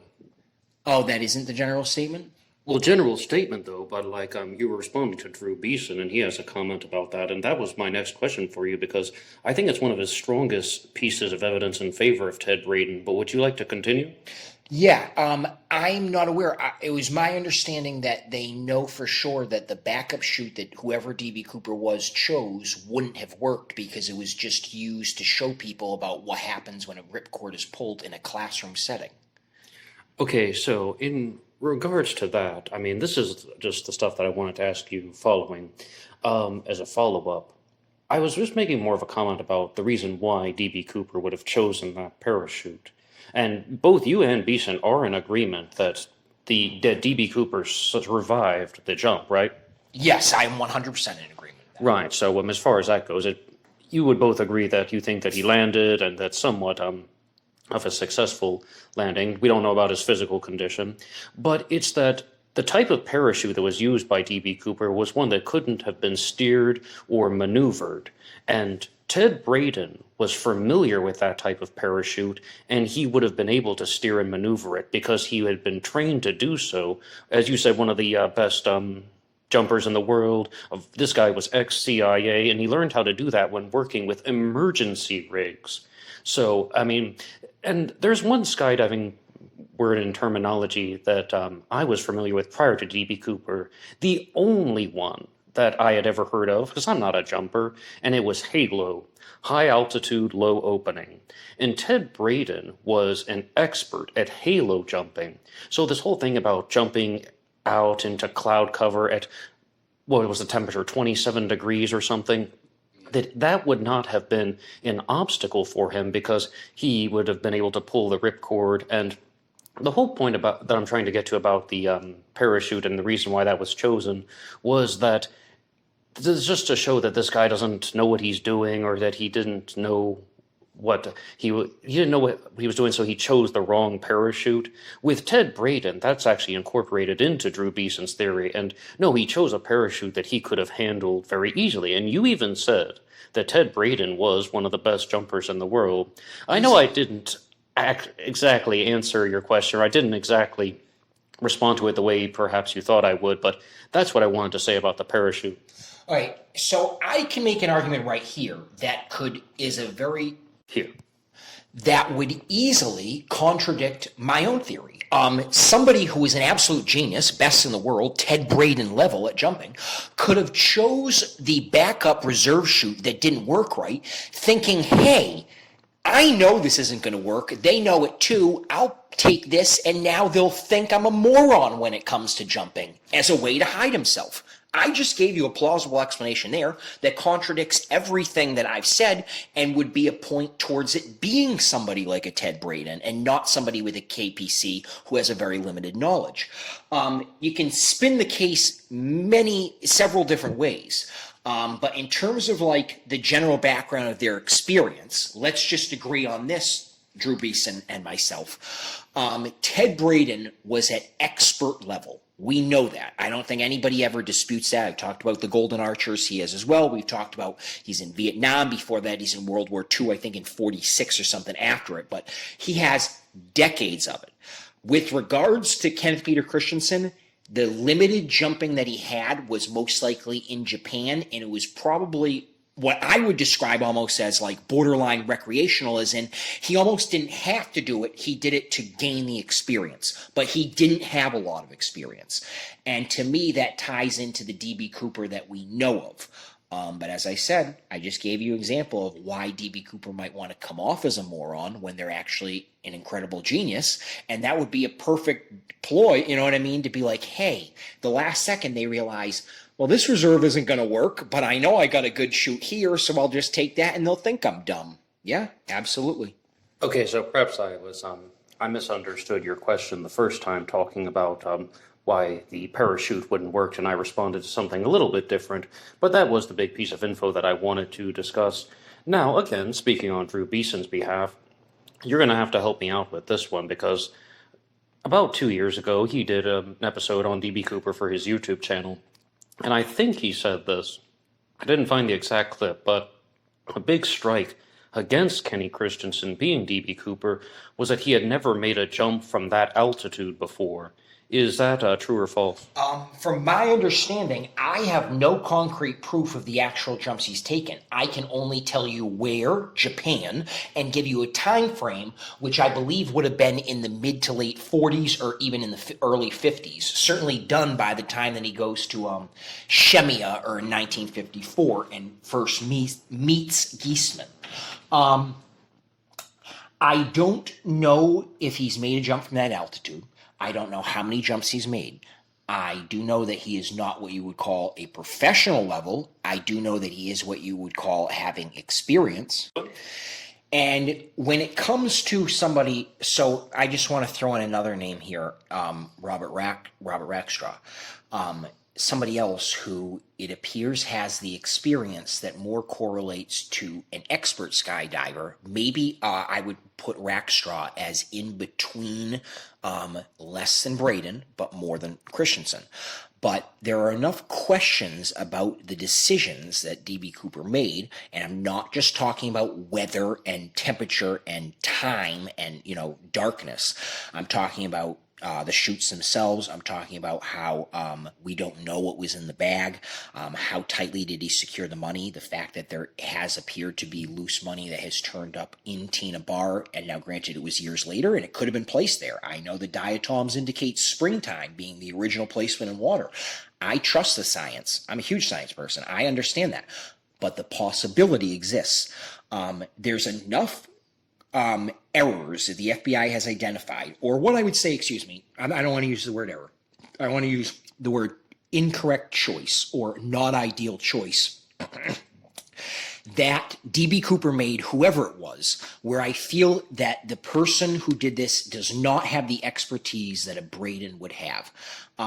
And with that being said, it's just another example of being an employee of Northwest Orient Airlines. People saying, oh, he has lack of motive because he didn't have the financial desperation.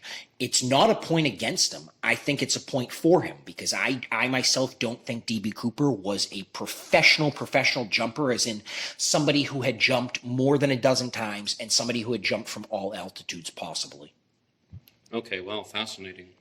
So, is there any final statement that you would like to make about DB Cooper that you haven't shared previously, or just a send-off? I hate to use that word when talking about this story, but is there any way that you would like to conclude your thoughts on DB Cooper? Yeah, so I mentioned last time we spoke about Linda LaDuca, and she's just another example of, if you listen to Linda LaDuca talk about her brother, what she says about him is the truth. I don't think Robert Rackstraw was a good person.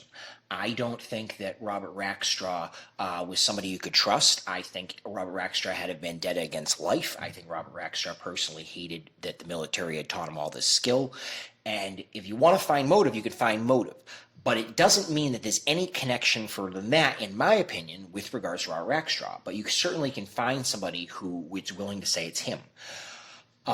With Kenneth Peter Christensen, I think is a little bit different because you have Bernie Giesman almost trying to argue that it wasn't him in some cases, or trying to deny his connection to him in situations of which there's more assuredly a connection. At one point, Giesman is quoted as saying, "I didn't know him well. I think he was a dishwasher." And then they're like, "No, this guy was at your wedding. At this other wedding, we have pictures of you two together here. We have pictures of you two together camping. We know you worked with him in Shemia. You know what I mean? We know that you borrowed money from him to buy a house." And when they presented all this stuff, Giesman basically threw his hands up like, "Oh, you got me." Well, that seems a very strange reason. He's been lying since the beginning, or I believe he's been lying since the beginning.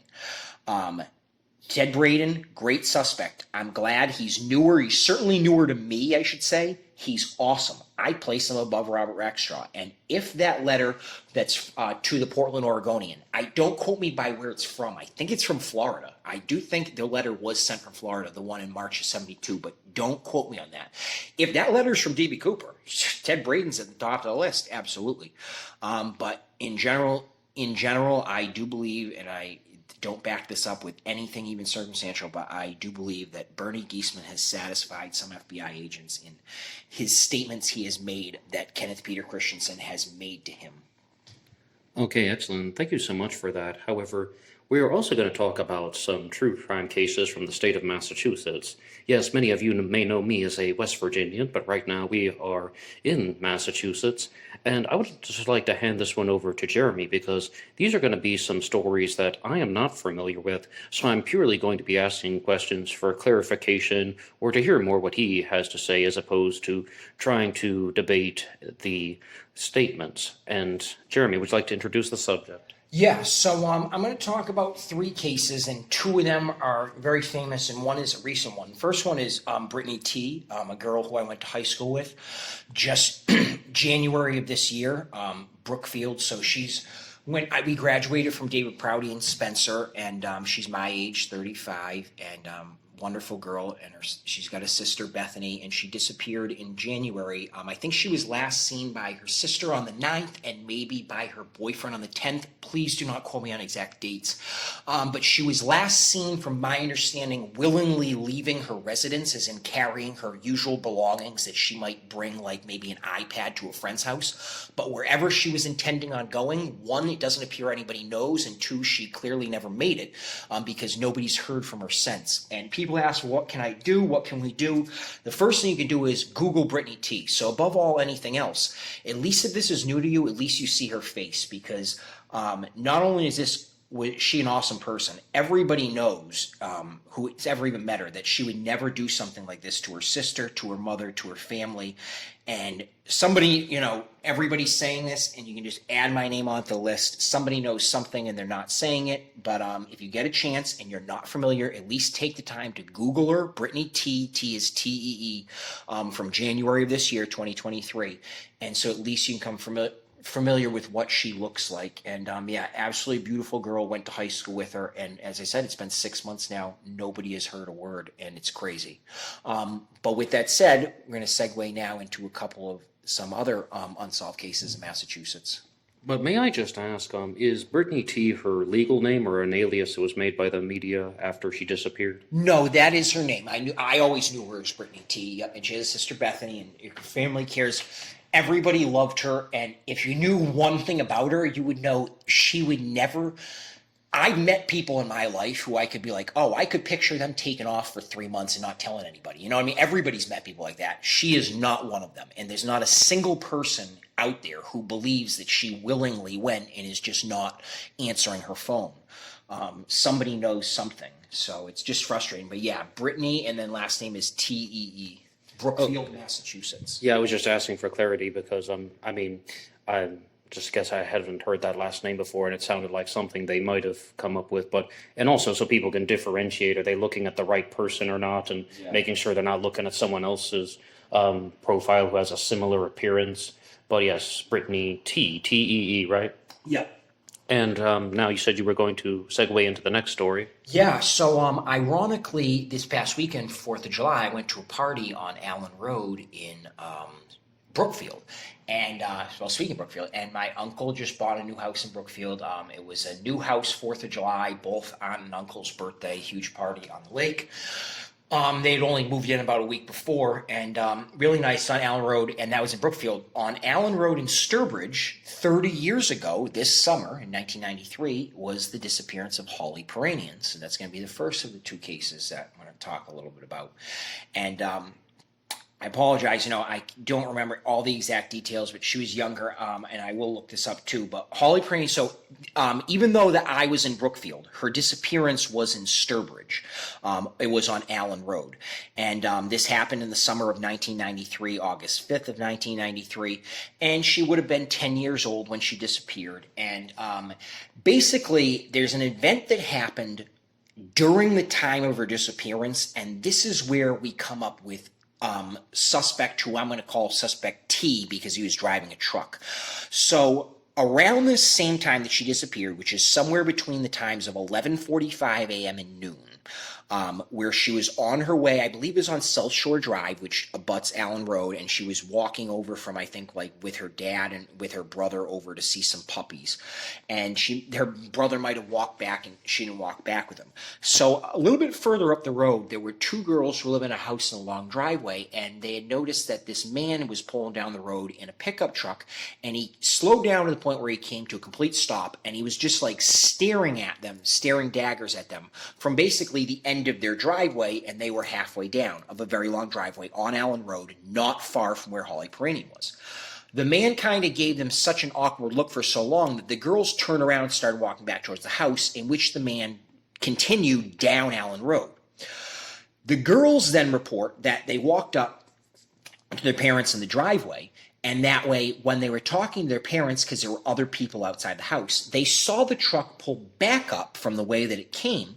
And this time, maybe it's possible that if anybody noticed the driver, if anybody noticed any details about him, they noticed that he had really thick, dark facial hair. Like, they just noticed that although his beard wasn't long, one thing you notice about it was dark and it was thick.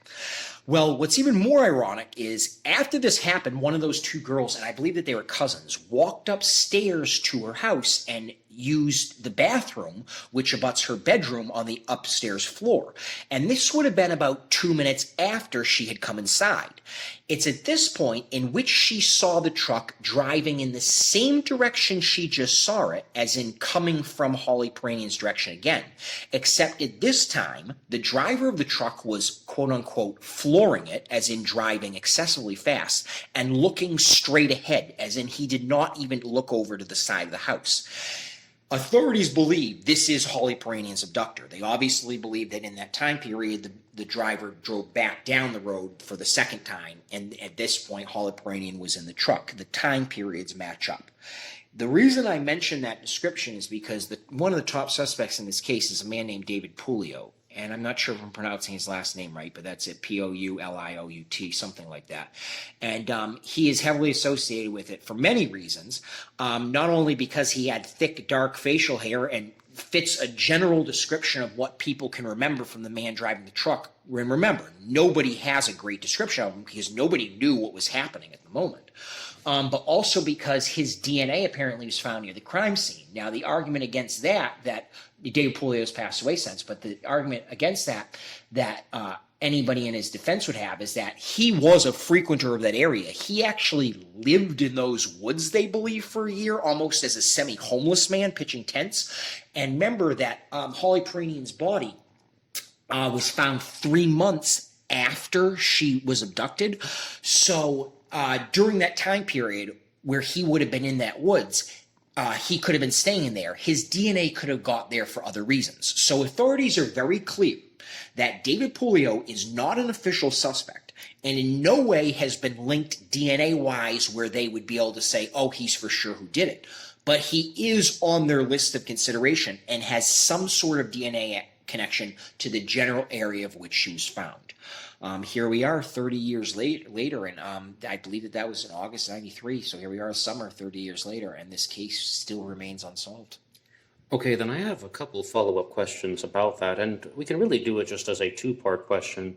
Firstly, what do you mean when they say they found his DNA?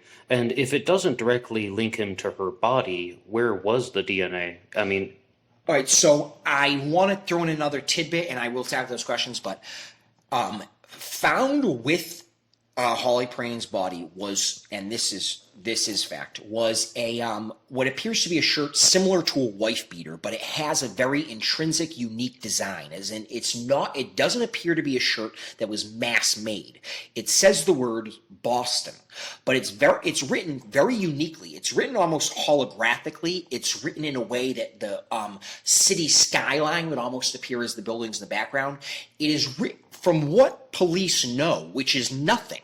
From my understanding, they not only don't know who made this shirt, they don't even know where the shirt originally came from. But they do believe that this shirt belongs to Holly Prain's killer. Now, from my understanding, that is not where David Puglio's DNA was found. I do not know off the top of my head the exact location of his DNA.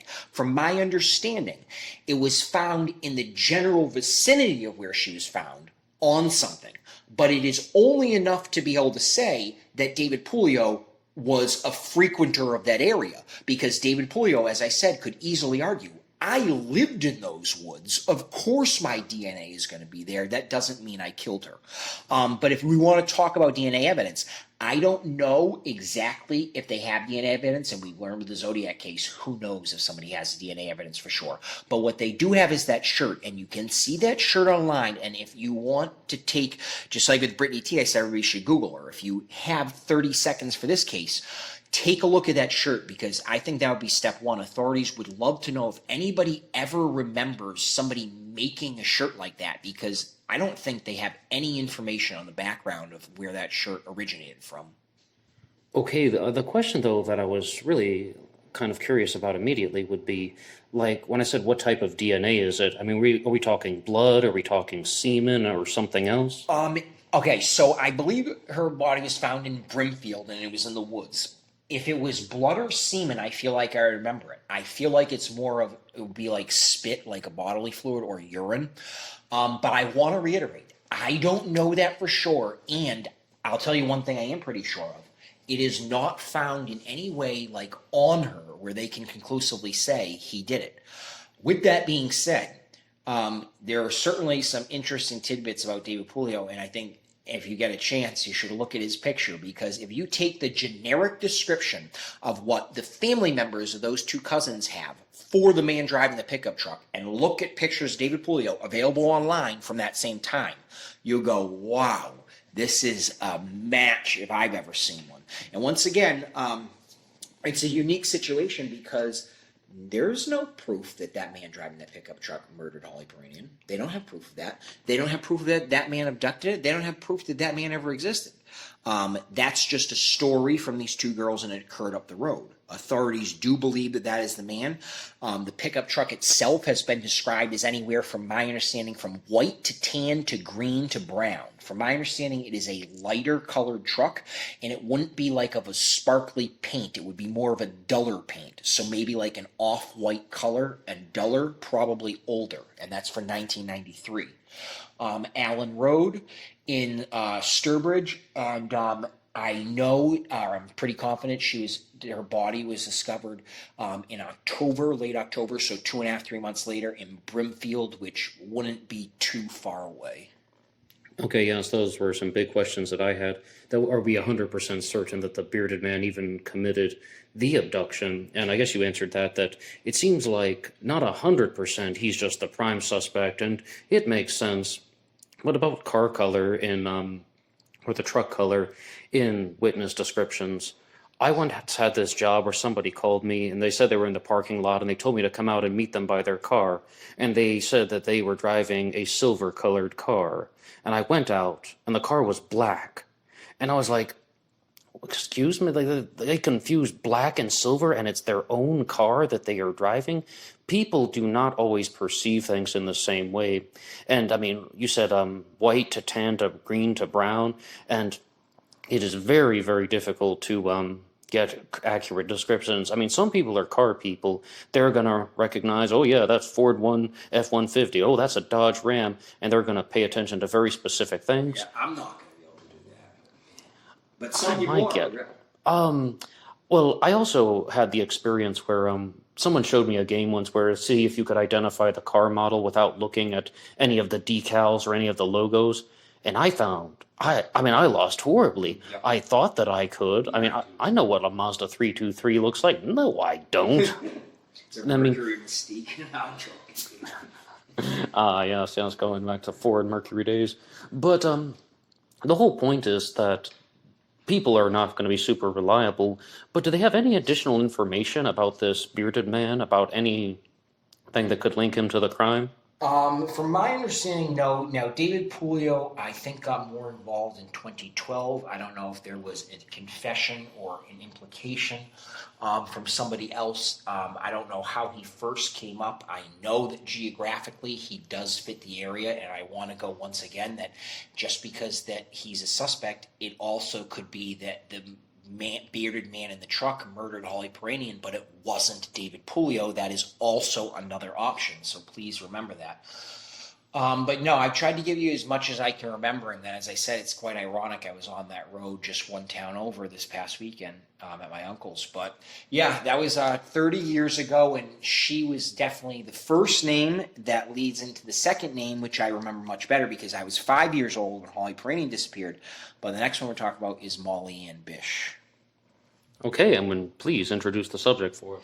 So, I just, there's nothing funny about a girl disappearing, but I remember this happened in 2000, and in the summer that it happened, I had a sleepover that summer, just a week or two later, and we had a tent pitched out in our yard, and I had a bunch of friends over. I remember one of my friends, Chaz, screaming out, Molly Ann Bish, and all of our friends were just like, doing it, to get a laugh out of everybody. Pretty funny, because at the time she had just disappeared and, he was doing it to get a laugh. But it isn't funny. I just, it just memories because I remember this time of when it's happening. You know how 12-year-olds would act, and I would have been 12 when this happened. But in the summer of 2000, in June, she was a 16-year-old lifeguard in Warren, which isn't far from Spencer either. I don't know if it was on Warren Pond. Don't quote me on the body of water. But, and apparently the day before, and the day this happened, or one of the two, when her mother dropped her off, she witnessed a man sitting in a car, and she described the man as dark hair, dark beard, older without being old, so maybe like late 40s, late 50s, smoking a cigarette, smoking it in his left hand, which is ironic, because most people don't smoke, the left hand unless they're left-handed, and sitting and observing and watching, seeming to almost be doing some sort of, trying to figure out, hey, is there anybody watching me? What's going on for this time of day? And I believe it was a white car for the vehicle, not an SUV or truck. The next day or next morning, she dropped her daughter off, and a couple hours later, what would have been her daughter's boss, because her daughter was a lifeguard, reported that Holly basically never showed up. Molly Ann Bish, I'm sorry. Holly Peranian, Molly Ann Bish. And it's at this point in which she immediately became a missing person. And Molly Ann Bish's body was found 3 years later in 2003, and it was she was found maybe in Palmer, so a distance from Warren, but not crazy far away. That area, like getting out towards Western Mass, they might border each other. They might be like 20 minutes apart. Don't quote me on that. But, not incredibly far away, but her body was found in 2003 in the summertime. And there have been so many suspects in this case over the years that it's hard to keep track of them. We know of Rodney Stanger, and I'm going to go into a couple of them, but we know of Rodney Stanger, and then you had that Gerald Battistani, the confidential informant number 62, remember that? But one guy who I want to make sure I talk about is Frank Sumner, because Frank Sumner was a guy, I think he passed away in 2016, and he had a lot of coincidences. First of all, if you ever get a chance, look at Frank Sumner versus the composite sketch of the actual killer. Right there and alone is like, what is going on here? Because the pictures of Frank Sumner are actually pictures or there's multiple of them where he's smoking a cigarette, and he's smoking a cigarette with his left hand. And the composite sketch, it couldn't get any more exact. But also it ties it in as in, so at the time of Molly Ann Bish's murder, and this is at 2000, even though Sumner passed away, from my understanding, in 2016. At the time of Molly Ann Bish's murder, Sumner was operating an auto body in Spencer, Massachusetts, or he did own one in Spencer, Massachusetts. I think he operated a couple of them throughout his life, and it was around that area. The one he owned in Spencer, I think, is the one he owned when he died. But with regards to him, he would have had access to different vehicles. So I don't want anybody to think, oh, well, they know for sure that Frank Sumner drove, blah, blah, blah. So that eliminates him, vehicle-wise. I talk about that in my book with Zodiac Killer with Richard Iakowski. Everybody knows that he drove a Karmann Ghia at the time of the Zodiac attacks, but as we know, it appears that something much closer to a Chevy Impala was reported at what could have been multiple crime scenes.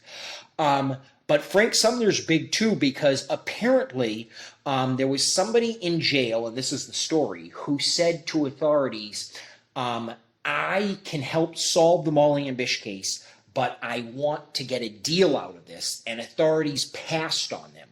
And then years later, after they left jail, they went to authorities and said, now that he's dead and you can't arrest him, as a ha, I'd like to tell you that Frank Sumner murdered Molly and Bish. And at this point in time, from my understanding, authorities were already onto the case of Frank Sumner, so this only added some validity to it. My phone's slow. I'm trying to pull a picture of him, but I can't do it. But if you get a chance, Google Frank Sumner, Molly and Bish. And there are, as I said, there have been several suspects over the years, multiple connections. This case is number one in Massachusetts history in terms of money spent for an unsolved missing person case. And it is a murder, obviously, because she was found. It's done tremendous injustice. I know many of the family members have passed away. It's been 23 years now. I believe that it's Molly and Bish's sister who keeps, the hope alive. We all keep hope alive, just to get this solved. And this is the case that changed my childhood from being so independent to being like, hey, I'm 12 years old, and a girl my age, who's 16, who lives 1 or 2 towns over, just disappeared. And then when I turned her age, 15, 16, they found her body. And that's a pretty serious thing for a child. That's firsthand experience. And that's why I wanted to make sure to talk about this one today too, because everybody knows of Molly and Bish if you're from Worcester County and growing up there. And as I said, this happened, I would have been in sixth grade, and it was just crazy. It was all over the news, and it really, the childhood innocence that I had as a young kid was snatched away, definitely, with Molly's disappearance. Okay, yes, and I totally understand what Jeremy meant when he said that's how 12-year-olds act. I mean, yeah, I did some similar things when I was 12, and I know that his comment telling that story was not meant to make light of this situation at all, and I think he really clarified that too. But, as far as the actions of this person who's Frank Sumner was his name? Yeah. As far as that goes, we have to always go back to Henry Lee Lucas, the confession killer, confessing to thousands of crimes. Sometimes people do that and they don't tell the truth. And also, he said that he wanted a deal involved, and sometimes people have a self-serving motive for doing so. And then in other times, they are telling the truth. And it becomes very difficult for us to differentiate between these stories. But then I would like to ask, though, do you have any additional things you'd like to share about Molly Ann Bish? Yeah, so the reason that I brought up Sumner is that apparently, and once again, who knows DNA, but apparently he was a conclusive non-match. So, yes, Bish's family was pretty adamant. So this came forward again in 2021 before they did what appears to be a DNA comparison. And Bish's family was very adamant of like, we think it's this guy. And then all of a sudden, a couple months later, they were like, actually, we're being told by authorities to be prepared that this is not a match. From my understanding, he is not. Now, that doesn't change some opinions. I've been talking with a couple, my brother passed away recently about a month and a half ago, and talking with some of his friends, and even this case came up, and we were actually talking about Frank Sumner. He came up in discussion a couple weeks ago. And I, it's not like because his DNA wasn't a match that we're sure it's the killer's DNA anyways, and that he's eliminated. A lot of people, including myself, still have Frank Sumner as the number one suspect, yes. But it appears that at least Holly's family seems to be prepared that when this killer is found, that it most likely in their minds will be somebody other than Sumner. At least at the current moment, that is their feel. But now I have to ask the exact same question I said before was, I mean, are we talking about DNA from blood or semen or something that could have been on her clothing as a contamination? Yep, so in this case, I believe that the DNA might have been found on her, but remember, Molly and Bish was found 3 years later. So with 3 years, how could you ever say, if you were to find DNA on somebody after 3 years, I would say it's almost more likely not to be from their killer because it had to be something recent. Now, I don't know what the DNA is. I don't know if it's a hair that got woven in and out of her shirt. It is possible. I remember watching Forensic Files once, and they took this vacuum and cleared off a rock from like 20 years before and found somebody's DNA on it. It's incredible, the technology, especially now. Then it probably wasn't as good because we're talking about 23 years ago. But I don't know where the DNA is from. I believe with her, I think they're more convinced that it does belong to the killer, but I don't know. I don't even think they know for sure. And from my understanding, there has been some sort of comparison to Sumner, and the family has informed the public that it was a non-match to him. Okay, so yeah, I mean, I think that would really answer the questions if it were something that I think certain types of DNA would signify guilt, and others would be more of a gray area, as Jeremy just pointed out, the example of hair. Well, then that could have been there later on. But, someone, even if they're leaving their hair on her body and they match the composite sketch, that does create a lot of suspicion. But as you said, the DNA did not match, though. So many possibilities could explain how someone else's DNA ends up on another person's body if they're in the same general area. And I am going to have to turn it back over to you and just get any final concluding notes you have about these Massachusetts stories. Yeah, and I guess the conclusion I'd like to reach here is that to try and similarities, everybody from New England has heard of the Connecticut River Killer, and it's kind of ironic because being named the Connecticut River Killer, all the crimes were in New Hampshire or Massachusetts, but that's why it's the Connecticut River. Over time, it was discovered that these crimes were most likely committed by the same person because the crimes had similarities to them. Holly Peranian and Molly and Bish do have similarities to them. They appear to have been abducted alive and killed later. Not at the scene of them abducted, or certainly that we know of. I don't want to go down in terms of rape. I don't know those for sure, where the motive was there. I'm sure it was involved. It's atrocious anyways, the thought of somebody would do this to begin with. But there are people who have tried to make connections. I don't know of any assured connections. Well, there aren't any assured connections that says for sure. They were 7 years apart, so it makes it a little bit difficult. But they are both out in that general Worcester County area. Out a little bit west of Worcester, and as I said, I just wanted to get the opportunity to re-bring them up today. Jeramy Berthiaume, thank you so much.